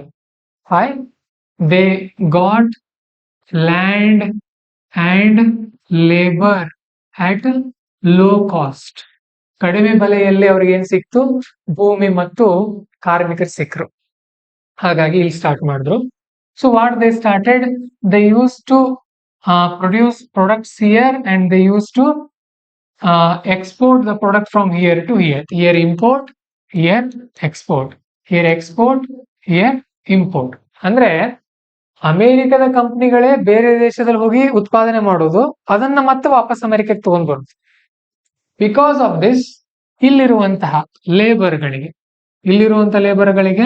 ಏನ್ ಸ್ಟಾರ್ಟ್ ಆಯ್ತು, ಅನ್ಎಂಪ್ಲಾಯ್ಮೆಂಟ್, ನಿರುದ್ಯೋಗ ಸ್ಟಾರ್ಟ್ ಆಯ್ತು. Okay, that is why what Donald Trump did, he imposed a import duty. ಅದು ಒಂದು ರೀತಿ tax ಹಾಕಿದ್ರು. ಎಷ್ಟು ಉದಾಹರಣೆಗೆ ಈಗ ಸದ್ಯಕ್ಕೆ ಚೈನಾ ಮೇಲೆ ಇಷ್ಟು 125% ಟ್ಯಾಕ್ಸ್ ಇದೆ, ಭಾರತದ ಮೇಲೆ 26% ಇಂಪೋರ್ಟ್ ಟ್ಯಾಕ್ಸ್ ಇದೆ. ಸೊ ನಾವು what the companies will do, instead of this they will return here itself, they will start producing within America. ಅಮೆರಿಕದಲ್ಲೇ ಉತ್ಪಾದನೆ ಆಯ್ತು ಅನ್ಕೊಡ್ರಿ, ಅದು ಉದಾಹರಣೆಗೆ ಒಂದು ₹10 ಪ್ರಾಡಕ್ಟ್ ಇದೆ, there is a product of $10. If that produced in America the price will be $10 only. ಅಮೆರಿಕದಲ್ಲಿ ಉತ್ಪಾದನೆ ಆದ್ರೆ ಎಷ್ಟಾದ್ರ ರೇಟು $10.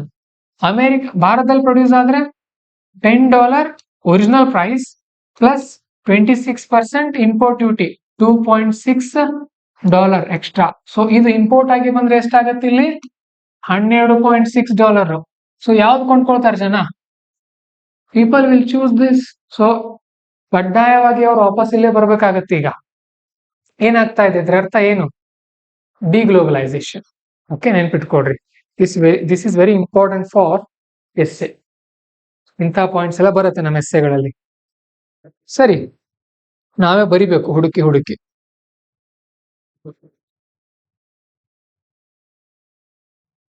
ಏನಾಗ್ತಾ ಇದೆ, fine news. The Economic Survey 2024 and 25 highlights a global shift from economic integration to geo-economic fragmentation. ನಮ್ಮ ಭಾರತ ಸರ್ಕಾರದ every year ಭಾರತದಲ್ಲಿ ಏನಾಗತ್ತೆ, economic survey ಅಂತ ಬರುತ್ತೆ. ಬಜೆಟ್ ಮಾಡ್ತಾರೆ ನಮ್ಮ ಸರ್ಕಾರದವರು ಪ್ರತಿ ವರ್ಷ. ಬಜೆಟ್ ನ ಹಿಂದಿನ ದಿನ ಏನ್ ಬರುತ್ತೆ, ಎಕನಾಮಿಕ್ ಸರ್ವೆ. ಓಕೆ, ನಮ್ಮ ದೇಶದಲ್ಲಿ ಒಂದು ವರ್ಷದಲ್ಲಿ ಏನೇನಾಯ್ತು, ಆರ್ಥಿಕ ಸ್ಥಿತಿಗತಿ ಹೇಗಿದೆ ನಮ್ದು ಅಂತ ರಿಪೋರ್ಟ್ ಕೊಡ್ತಾರೆ. ಬಜೆಟ್ ನಲ್ಲಿ ಏನ್ ಕೊಡ್ತಾರೆ, what is the difference between budget and economic survey? Economic survey tells what happened in last year. Budget gives what we have to do in future year. ಹಿಂದಿನ ವರ್ಷ ಏನಾಯ್ತು ಅನ್ನೋದನ್ನ ನಾವು ಬಜೆಟ್ ಅಲ್ಲಿ, ಎಕನಾಮಿಕ್ ಸರ್ವೆ ಅಲ್ಲಿ ಕಲಿತೀವಿ. ಮುಂದೆ ಏನೇನ್ ಆಗ್ಬೇಕಾಗಿದೆ ಅನ್ನೋದನ್ನ ಬಜೆಟ್ ಅಲ್ಲಿ ಮಾಡ್ತೀವಿ. ಸೊ ಎಕನಾಮಿಕ್ ಸರ್ವೆ ಏನ್ ಹೇಳಿದೆ ಅಂತ ಅಂದ್ರೆ, ಎಕನಾಮಿಕ್ ಇಂಟಿಗ್ರೇಷನ್ ಇತ್ತು ಮೊದಲು ಜಗತ್ನಲ್ಲಿ. Now it is going to geo economic fragmentation. ಹೊಡಿತಾ ಇದೆ ಜಗತ್ತುಗಳು. ಅಂದ್ರೆ ಈಗ ಗ್ಲೋಬಲೈಸೇಷನ್ ಕಡಿಮೆ ಆಗ್ತಾ ಇದೆ. It is moving towards replacement of globalization. It is very dangerous. Okay, because a lot of jobs will end. ಉದ್ಯೋಗಗಳು ಕಡಿತ ಆಗತ್ತೆ ಬಹಳಷ್ಟು. ಹಾಗೆ ಅಲ್ವಾ, ಈಗ ಬೇರೆ ಕಂಪನಿಗಳೆಲ್ಲ ವಾಪಸ್ ಆ ದೇಶಕ್ಕೆ ಹೋಗ್ಬಿಟ್ರೆ ಏನಾಗತ್ತೆ, ನಮ್ಮ ದೇಶದಲ್ಲಿರೋರು ಉದ್ಯೋಗಗಳ ಗತಿ ಏನು? ಓಕೆ, ಸೊ ಆ ತರ ಜಿಯೋ ಎಕನಾಮಿಕ್ ಫ್ರಾಗ್ಮೆಂಟೇಶನ್ ಅಂತ ಇಟ್ಕೊಳ್ರಿ, GEF.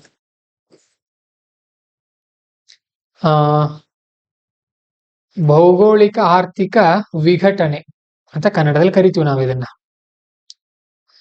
Is defined as policy driven reversal of global economic integration. Integration ಏನಿತ್ತಲ್ಲ ಅದು ರಿವರ್ಸ್ ಆಗ್ತಾ ಇದೆ. ಯಾವ ತರ ಆಗ್ತಾ ಇದೆ ಅಂತ ಅಂದ್ರೆ, ಫ್ರೆಂಡ್ ಶೋರಿಂಗ್ ಅಂತ ಅಂದ್ರೆ ಯಾವ ತರ ಇತ್ತು, ವಿಘಟನೆ ಯಾವ ತರ ಆಗ್ತಾ ಇದೆ ಅಂತ ಅಂದ್ರೆ, Apple is shifting some of its iPhone production to India instead of China. ಅಂದ್ರೆ ಫ್ರಾಗ್ಮೆಂಟೇಶನ್ ಯಾವ ತರ ಆಗ್ತಾ ಇದೆ ಅಂತ ಅಂದ್ರೆ, initially consider this is America, this is China, this is India. Apple company ಏನ್ ಮಾಡ್ತಾ ಇತ್ತು, ಚೈನಾದಲ್ಲಿ ಪ್ರೊಡಕ್ಷನ್ ಮಾಡ್ತಾ ಇತ್ತು. Now it is instead of China, it is coming to India. Why? India is a friend of America. ಅಂದ್ರೆ friend shoring. ನೆನ್ಪಿಟ್ಕೊಡ್ರಿ, ಆ word ಅನ್ನ ನೆನ್ಪಿಟ್ಕೊಡ್ರಿ. Okay, this word is very important. Prelims ಅಲ್ಲಿ ಕೇಳ್ತಾರೆ, ವಾಟ್ ಈಸ್ ಫ್ರೆಂಡ್ ಶೋರಿಂಗ್ ಅಂದ್ರೆ ತಮಗೆ ಆತ್ಮೀಯರಿರುವಂತ ದೇಶದಲ್ಲಿ ಪ್ರೊಡಕ್ಷನ್ ಮಾಡೋದು ಆ ತರ. Then near shoring. Near shoring means ಸಮೀಪ ಇರುವಂತ ದೇಶದಲ್ಲಿ ಪ್ರೊಡಕ್ಷನ್ ಮಾಡೋದು. Germany company giving customer service in Poland. Poland and Germany are near by each other, ಎರಡು ಅಕ್ಕಪಕ್ಕದಲ್ಲೇ ಇದೆ. ಇವು ಮಹಾಯುದ್ಧಗಳಾಗಿದ್ದು ಇವುದರ ಸಲುವಾಗಿನೇ, ಜರ್ಮನಿ ಮತ್ತು ಪೋಲೆಂಡ್ ಗಳಿಂದಾನೆ. ಓಕೆ, ಅಲ್ಲಿ ಕೊಡ್ತಾ ಇರೋದು ಈ ತರ. ಸೊ ಏನಾಗ್ತಾ ಇದೆ ಇದರಿಂದ? Trade restrictions, reduced capital movements, disruption in technology diffusion and tech decoupling. Technology diffusion ಆಗ್ತಾ ಇಲ್ಲ, ಎಲ್ರಿಗೂ ಟೆಕ್ನಾಲಜಿ ಸಿಗ್ತಾ ಇಲ್ಲ. ಟ್ರೇಡ್ ರಿಸ್ಟ್ರಿಕ್ಷನ್ ಗಳು ಹಾಕ್ತಾ ಇದ್ದಾರೆ ಬಹಳಷ್ಟು. ಅಮೆರಿಕ ಮತ್ತು ಚೈನಾ ನಡುವೆ ಅಂತೂ ಬಹಳಷ್ಟು ಟ್ರೇಡ್ ವಾರ್ ನಡೀತಾ ಇದೆ, ವ್ಯಾಪಾರ ಯುದ್ಧ. ಓಕೆ, ಈ ತರದ ಅಂಶಗಳನ್ನು ನಾವಿಲ್ಲಿ ಕಾಣ್ತೀವಿ. ಓಕೆ, ಸೊ ಯಾಕೆ ಈ ತರ ಕಾಣ್ತೀವಿ ಅಂತ ಅಂದ್ರೆ, ಅಮೆರಿಕಾದೇನಿದೆ, ಅಮೆರಿಕ ಫಸ್ಟ್ ಪಾಲಿಸಿ ಅವ್ರದ್ದು. ಆಮೇಲೆ ಚೈನಾದೇನು, ಮೇಡ್ ಇನ್ ಚೈನಾ ಪಾಲಿಸಿ. ಇತ್ತೀಚೆಗೆ 2025 ಅವರು ಆರಂಭ ಮಾಡಿದ್ದಾರೆ. ಸೊ ಗ್ಲೋಬಲೈಸೇಷನ್ ಇಂದ ಎಲ್ಲರೂ ಏನಾಗ್ತಾ ಇದಾರೆ, ಮತ್ತೆ ಪ್ರೊಟೆಕ್ಷನಿಸಂ ಕಡೆ ಹೋಗ್ತಾ ಇದ್ದಾರೆ. ಎಲ್ಲಿ ಹೋಗ್ತಾ ಇದ್ದಾರೆ? ಪ್ರೊಟೆಕ್ಷನಿಸಂ ಅಂದ್ರೆ ತಮ್ಮದನ್ನ ತಾವು ಕಾಯ್ದುಕೊಳ್ಳೋದು. ಗ್ಲೋಬಲೈಸೇಷನ್ ಇಂದ ಏನಾಗ್ತಾ ಇತ್ತು? What was happening due to globalisation? They can sell anything in anywhere. So some countries are getting rich, some countries are getting poor. China, why China become so much rich? Because of globalization. Globalisation ಇರ್ಲಿಲ್ಲ ಅಂತ ಹೇಗೆ China ಬೆಳೀತಾ ಇತ್ತು ಹೇಳ್ರಿ? ಇಲ್ಲ, ಬೆಳೀತಾ ಇರ್ಲಿಲ್ಲ ಅಲ್ವಾ? ಸೊ ಚೈನಾ ಬೆಳೀತಾ ಇದೆ ಅಂತ ಹೇಳಿ ಅಮೆರಿಕ ಈ ತರ ಎಲ್ಲ ಮಾಡ್ತಾ ಇದೆ. ಅದರಿಂದ ಜಗತ್ತಿನ ಮೇಲೆ ಎಲ್ಲ ಬಹಳಷ್ಟು ಪರಿಣಾಮ ಬೀರ್ತಾ ಇದೆ. ಓಕೆ, ಸೊ ಏನಿದ್ರ ಅರ್ಥ? GEF, Jio economic fragmentation. ಏನು ಅದರ ಲಕ್ಷಣಗಳು ಏನೇನಿದೆ? ಕ್ಯಾರೆಕ್ಟರಿಸ್ಟಿಕ್ಸ್ ಅಂದ್ರೆ ಲಕ್ಷಣಗಳಂತ ನೋಡಿದಾಗ, ಜಿಯೋ ಪೊಲಿಟಿಕಲ್ ಅಲೈನ್ಮೆಂಟ್ಸ್. ಸೊ ತಮಗೆ ಸಮೀಪ ತಮ್ಮ ಆಪ್ತರ ಜೊತೆ ಮಾತ್ರ ವ್ಯಾಪಾರ ಮಾಡ್ತಾ ಇರೋದು. Retreat from ಮಲ್ಟಿಲ್ಯಾಟ್ರಲಿಸಮ್.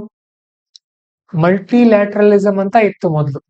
ಅಂದ್ರೆ there were some institutions in where all countries came together, worked for global goodness.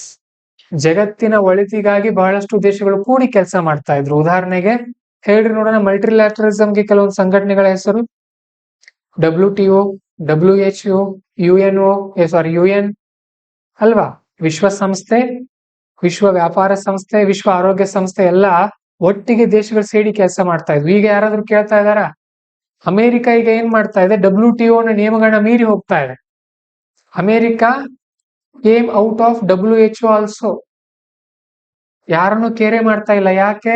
ಅವ್ರೇನ್ ಹೇಳ್ತಾ ಇದಾರೆ? We are suffering. ನಮ್ಮ ದೇಶದ ನಮಗೇನಾಗ್ತಾ ಇದೆ, ನಷ್ಟ ಆಗ್ತಾ ಇದೆ ಅಂತ ಹೇಳ್ತಾ ಇದಾರೆ ಅವ್ರು, ಅಮೆರಿಕದವರು. ಓಕೆ, ಸೊ ಈ ತರ ಏನ್ ನಡೀತಾ ಇದೆ? Retreat from ಮಲ್ಟಿಲ್ಯಾಟ್ರಲಿಸಮ್. ಮಲ್ಟಿಲ್ಯಾಟ್ರಲಿಸಮ್ ಅಂತ ಅಂದ್ರೆ, ಮಲ್ಟಿ ಅಂತ ಅಂದ್ರೆ ಏನು? ಬಹುತ್ವ. ಬಹುತ್ವದಿಂದ ಏನಾಗ್ತಾ ಇದೆ? ಹಿಂದೆ ಸರಿತಾ ಇದ್ದಾರೆ. ಬಹು ಒಕ್ಕೂಟದಿಂದ ಎಕನಾಮಿಕ್ ಬ್ಲಾಕ್ಸ್ ಕೂಡ ಆಗ್ತಾ ಇದೆ. ಎಕನಾಮಿ ಅನ್ನುವಂಥದ್ದು ಬ್ಲಾಕ್ ಆಗ್ತಾ ಇದೆ ಅಲ್ಲೇ. Strategic national policies. ಆಯಾ ದೇಶಗಳು ತಮಗೆ ಏನೇನ್ ಬೇಕೋ ಆಯಾ ತರದ ರೂಲ್ಸ್ ಗಳನ್ನ ಮಾಡ್ತಾ ಇದ್ದಾರೆ. ಇದರಿಂದ ಏನಾಗುತ್ತೆ? What is the impact? ನೋಡ್ರಿ, ಇಲ್ಲೂ ಕೂಡ ಸಿಸ್ಟಮೆಟಿಕ್ ಆಗಿರುತ್ತೆ ಇದು notes. First, fine news about this GEF and key characteristics and impact. ಈ ತರ you have to remember this chart. ಅದು ಕಣ್ಮುಂದೆ ಬರ್ಬೇಕು ನಿಮ್ಗೆ. ಸುಮ್ನೆ ಎಲ್ಲಾ ಪಾಯಿಂಟ್ಸ್ ನೆನಪುಳಿಯಲ್ಲ. ಈ ತರ ಚಾರ್ಟ್ ತರ ಮಾಡಿದಾಗ ನೆನಪುಳಿಯುತ್ತೆ. ಓಕೆ, ಸೊ ನೋಡೋಣ ಏನೇನಾಗ್ತಾ ಇದೆ ಇದ್ರದ್ದು ಅಂತ ಅಂದ್ರೆ, ಎಲ್ಲೋಯ್ತು? Impact. Reduced trade due to increased barriers. ವ್ಯಾಪಾರ ಚೆನ್ನಾಗ್ ಆಗಲ್ಲ. ಈಗ ಈ ಸಿಕ್ಕಾಪಟ್ಟೆ ಟ್ಯಾರಿಫ್ಸ್ ಹಾಕಿದ್ರೆ, ಟ್ಯಾರಿಫ್ ಅಂದ್ರೆ ಏನು? ತೆರಿಗೆ. ಭಾರತದ ಮೇಲೆ ಈ ಪತಿ ತೆರಿಗೆ ಹಾಕಿದ್ರೆ ವ್ಯಾಪಾರ ಮಾಡೋಕ್ಕಾಗತ್ತಾ? ನಮಗೆ ಕಷ್ಟ ಆಗುತ್ತೆ. So India's goal of $5 trillion will be difficult. $5 trillion ಆರ್ಥಿಕತೆ ಆಗ್ಬೇಕಂತ ಟಾರ್ಗೆಟ್ ಇದೆ ನಮ್ದು, ಕಷ್ಟ ಆಗತ್ತೆ ನಮಗೆ. And relocation of foreign investment. ವಿದೇಶಿಗರು ಇಲ್ಲಿ ಬಂದು ಹೂಡಿಕೆ ಮಾಡ್ತಾ ಇದ್ರು, they will stay there itself. ಅಲ್ಲೇ ಉಳಿದು ಬಿಡ್ತಾರ ಅವರು. And labour market affect. Lot of people will left without jobs. ಬಹಳಷ್ಟು ಜನರಿಗೆ ಉದ್ಯೋಗನೇ ಸಿಗಲ್ಲ. Okay, and GEF, this geo economic fragmentation hinders multilateral efforts on climate change, pandemics and other global initiatives, challenges. ಈ ತರ ಎಲ್ಲಾ ದೇಶಗಳು ಸೇರ್ಕೊಂಡು ಒಕ್ಕೂಟನೇ ಇಲ್ಲ ಅಂತಂದ್ರೆ ಸರಿಯಾಗಿ ನಿರ್ವಹಣೆ ಮಾಡೋಕ್ಕಾಗಲ್ಲ. ಯಾವ್ದನ್ನ ಪರಿಸರ ಮಾಲಿನ್ಯ ಇರಬಹುದು, ಈ ತರ ಕೊರೋನಾದಂತಹ ಸಾಂಕ್ರಾಮಿಕಗಳು ಬಂದಾಗ ಒಗ್ಗಟ್ಟಿಲ್ಲ ಅಂದ್ರೆ ಸಮಸ್ಯೆ ಆಗತ್ತೆ. And over all decline in globalisation limits access to new markets. ಹೊಸ ಮಾರುಕಟ್ಟೆಗಳು ಸಿಗಲ್ಲ ನಮ್ಗೆ. We can't sell in other countries. ಈ ತರ ಸಮಸ್ಯೆಗಳು ನಮಗೆ ಸಿಗುತ್ತೆ, ಬರುತ್ತೆ. ಅಂಡರ್ಲೈನ್ ಮಾಡ್ಕೊಳ್ತಾ ಇದ್ದೀರಿ. You have to underline whatever I marked yellow here I listening the class ಕೇಳ್ತಾನೆ ನಾನು ಇಲ್ಲಿ ಹಳದಿ ಮಾರ್ಕ್ ಮಾಡಿರೋ ಲೈನ್ಗಳನ್ನ ನೀವು ಅಂಡರ್ಲೈನ್ ಮಾಡ್ಕೊಳ್ಬೇಕು. Then what we have to do, ಏನ್ ಮಾಡ್ಬೇಕು ಇದಕ್ಕೆ ಪರಿಹಾರ ಅಂತ, ಮೂರ್ ನೀಟ್ ಆಗಿರುವಂತ ಪರಿಹಾರ ಕೊಡಬೇಕು ಅಂತ ಅಂದ್ರೆ, first strengthening domestic supply chains. Supply chain ಅಂತ ಅಂದ್ರೆ ಪೂರೈಕೆ ಸರಪಳಿ, ಅಂದ್ರೆ ವಸ್ತು ಆದಾಗಿನಿಂದ ಹಿಡ್ಕೊಂಡು ಮಾರುಕಟ್ಟೆವರೆಗೂ ಬರುವವರೆಗೂ ಏನ್ ಚೈನ್ ಸಾಲಿರುತ್ತಲ್ಲ ಅದು ಸಪ್ಲೈ ಚೈನ್ ಅಂತ ಕರಿತೀವಿ ಅದನ್ನ. So first we should be self reliant. ನಾವು ಸ್ವಾವಲಂಬನೆಯನ್ನ ಸಾಧಿಸ್ಕೊಳ್ಬೇಕು. ಗಾಂಧೀಜಿ ಕೂಡ ಅದನ್ನ ಹೇಳ್ತಾ ಇದ್ರು. Gandhiji he was not the supporter of globalization. ಅವ್ರದ್ದೇನಂತ ಇತ್ತು, every village should be self sufficient. ನಿಮಗೆ ಏನೇನ್ ಬೇಕು ನೀವೇ ಬೆಳೆದುಕೊಳ್ರಿ ಅಂತ ಅವ್ರ ವಾದ. On manufacturing, energy and technology ನಾವೇನ್ ಮಾಡ್ಬೇಕು, ಸ್ವಾವಲಂಬನೆ ಸಾಧಿಸಬೇಕು. ಅದಕ್ಕೊಂದು ಎಕ್ಸಾಂಪಲ್ ಇದೆ, ಖನಿಜ ವಿದೇಶ ಇಂಡಿಯಾ ಲಿಮಿಟೆಡ್, ಕಾಬಿಲ್ ಅಂತ ಬರುತ್ತೆ. ಇದೇನ್ ಮಾಡುತ್ತೆ ಅಂತ ಅಂದ್ರೆ ಜಾಗತಿಕವಾಗಿ ಮಿನರಲ್ ಸಪ್ಲೈ ಮತ್ತು ಕೋಬಾಲ್ಟ್ ಮತ್ತು ಲಿಥಿಯಂ ಅನ್ನ ಸಪ್ಲೈ ಮಾಡೋಕೆ ಮಾಡಿರುವಂತ ಒಂದು ಸಂಸ್ಥೆ ಇದು, ನಮ್ಮ ಭಾರತ ಸರ್ಕಾರದ್ದು. ಬೇರೆ ದೇಶದಲ್ಲಿ ಕೆಲಸ ಮಾಡುತ್ತಿದ್ದು ಕಾಬಿಲ್ ಅಂತ ಹೇಳಿ ನೆನ್ಪಿಟ್ಕೊಳ್ರಿ. ಲಿಥಿಯಂ ಮತ್ತು ಕೋಬಾಲ್ಟ್ ನ ಸಪ್ಲೈ ಮಾಡುತ್ತೆ, ಬೇರೆ ಬೇರೆ ಜಗತ್ತಿನಿಂದ ತಗೊಂಡು ನಮಗೆ ಸಪ್ಲೈ ಮಾಡ್ತಾ ಇರುತ್ತೆ. ಉದಾಹರಣೆ ಎಲ್ಲೆಲ್ಲಿ ಇದೆ ಅಂತ ಅಂದ್ರೆ ಅರ್ಜೆಂಟೀನಾ, ಆಸ್ಟ್ರೇಲಿಯಾ, ಚಿಲಿ. ಆ ಸಪ್ಲೈನ ಚೆನ್ನಾಗಿ ಮಾಡಬೇಕು. And leveraging regional partnerships. ಈ ರೀಜನಲ್ ಪಾರ್ಟ್ನರ್ಶಿಪ್ ಗಳನ್ನಾದ್ರೂ ನಾವು ಸ್ಟ್ರಾಂಗ್ ಮಾಡ್ಕೊಳ್ಬೇಕು. ರೀಜನಲ್ ಪಾರ್ಟ್ನರ್ಶಿಪ್ ಅಂತ ಅಂದ್ರೆ ಇಂಟರ್ನ್ಯಾಷನಲ್ ಪಾರ್ಟ್ನರ್ಶಿಪ್ಸ್ಗೆ ಎಕ್ಸಾಂಪಲ್ಸ್ UN ವಿಶ್ವಸಂಸ್ಥೆ, WTO. ಎಷ್ಟು ದೇಶಗಳಿವೆ? How many countries are there in United Nations? Around 195 ಅಲ್ವಾ? WTO around 190. ಅಷ್ಟು ದೇಶಗಳ ಒಗ್ಗಟ್ಟು ಆಗ್ತಾ ಇಲ್ಲ ಅಂತ ಅಂದ್ರೆ ಅದ್ರ ಬದಲಾಗಿ ಬಿಮ್ಸ್ಟೆಕ್ ಅಂತ ಇದೆ, ಇಲ್ಲೇ ನಮ್ ದೇಶ ಸುತ್ತಮುತ್ತಾನೆ ನಾವೊಂದು 7-12 ದೇಶಗಳು ಸೇರ್ಕೊಂಡು ಮಾಡಿರೋದಂಥದ್ದು. And Indo Pacific economic framework for prosperity, IPEF ಅಂತ ಇದೆ. ನಾಳೆ ನಿಮ್ ಹೋಮ್ವರ್ಕ್ ಏನಂತ ಅಂದ್ರೆ ಬಿಮ್ಸ್ಟೆಕ್ ನಲ್ಲಿ ಎಷ್ಟು ದೇಶಗಳಿದೆ ಆ ದೇಶಗಳ ಲಿಸ್ಟ್ ವಿತ್ ಮ್ಯಾಪ್ ಬರ್ಕೊಂಡು ಬರ್ರಿ. ಓಕೆ, ದೆನ್ IPEF ನಲ್ಲಿ ಎಷ್ಟು ದೇಶಗಳಿವೆ ಅವನು ಕೂಡ ಬರ್ಕೊಂಡ್ ಬರ್ರಿ. ಅದನ್ನ ನಾವು ಚೆನ್ನಾಗಿ ಬಲಪಡಿಸ್ಕೊಳ್ಳೋದು. ಇಷ್ಟೇ ಇದ್ರ ಪರಿಹಾರ, ಮತ್ತೇನಿಲ್ಲ. ಎರಡೆರಡು ಲೈನ್ ಪರಿಹಾರ. ಇನ್ನೋವೇಷನ್ ಅಂಡ್ ಟೆಕ್ನಾಲಜಿ ಮೇಲೆ ನಾವು ಎಲ್ಲಿ ಫೋಕಸ್ ಮಾಡಬೇಕು? Renewable energy and digital transformation and AI, ಇವು ತುಂಬಾ ಮುಖ್ಯ. ರಿನ್ಯೂಯಬಲ್ ಎನರ್ಜಿ ಯಾಕೆ ಮುಖ್ಯ ಆಗುತ್ತೆ?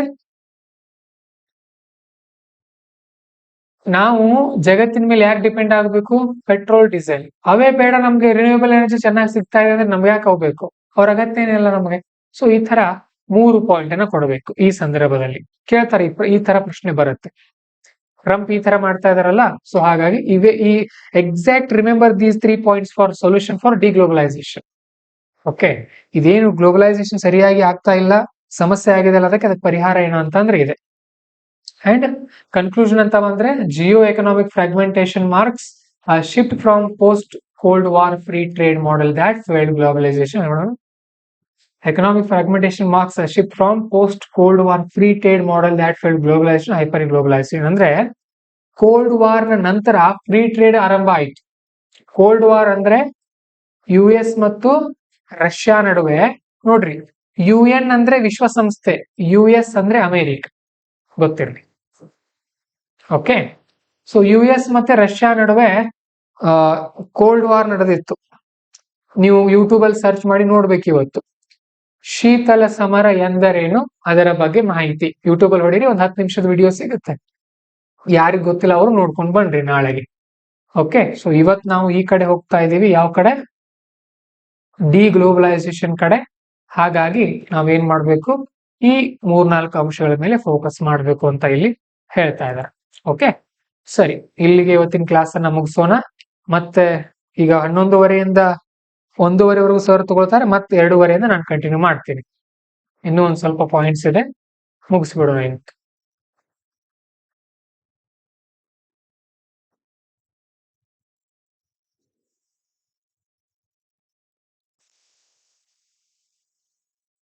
ಮಲ್ಲಿಕಾರ್ಜುನ್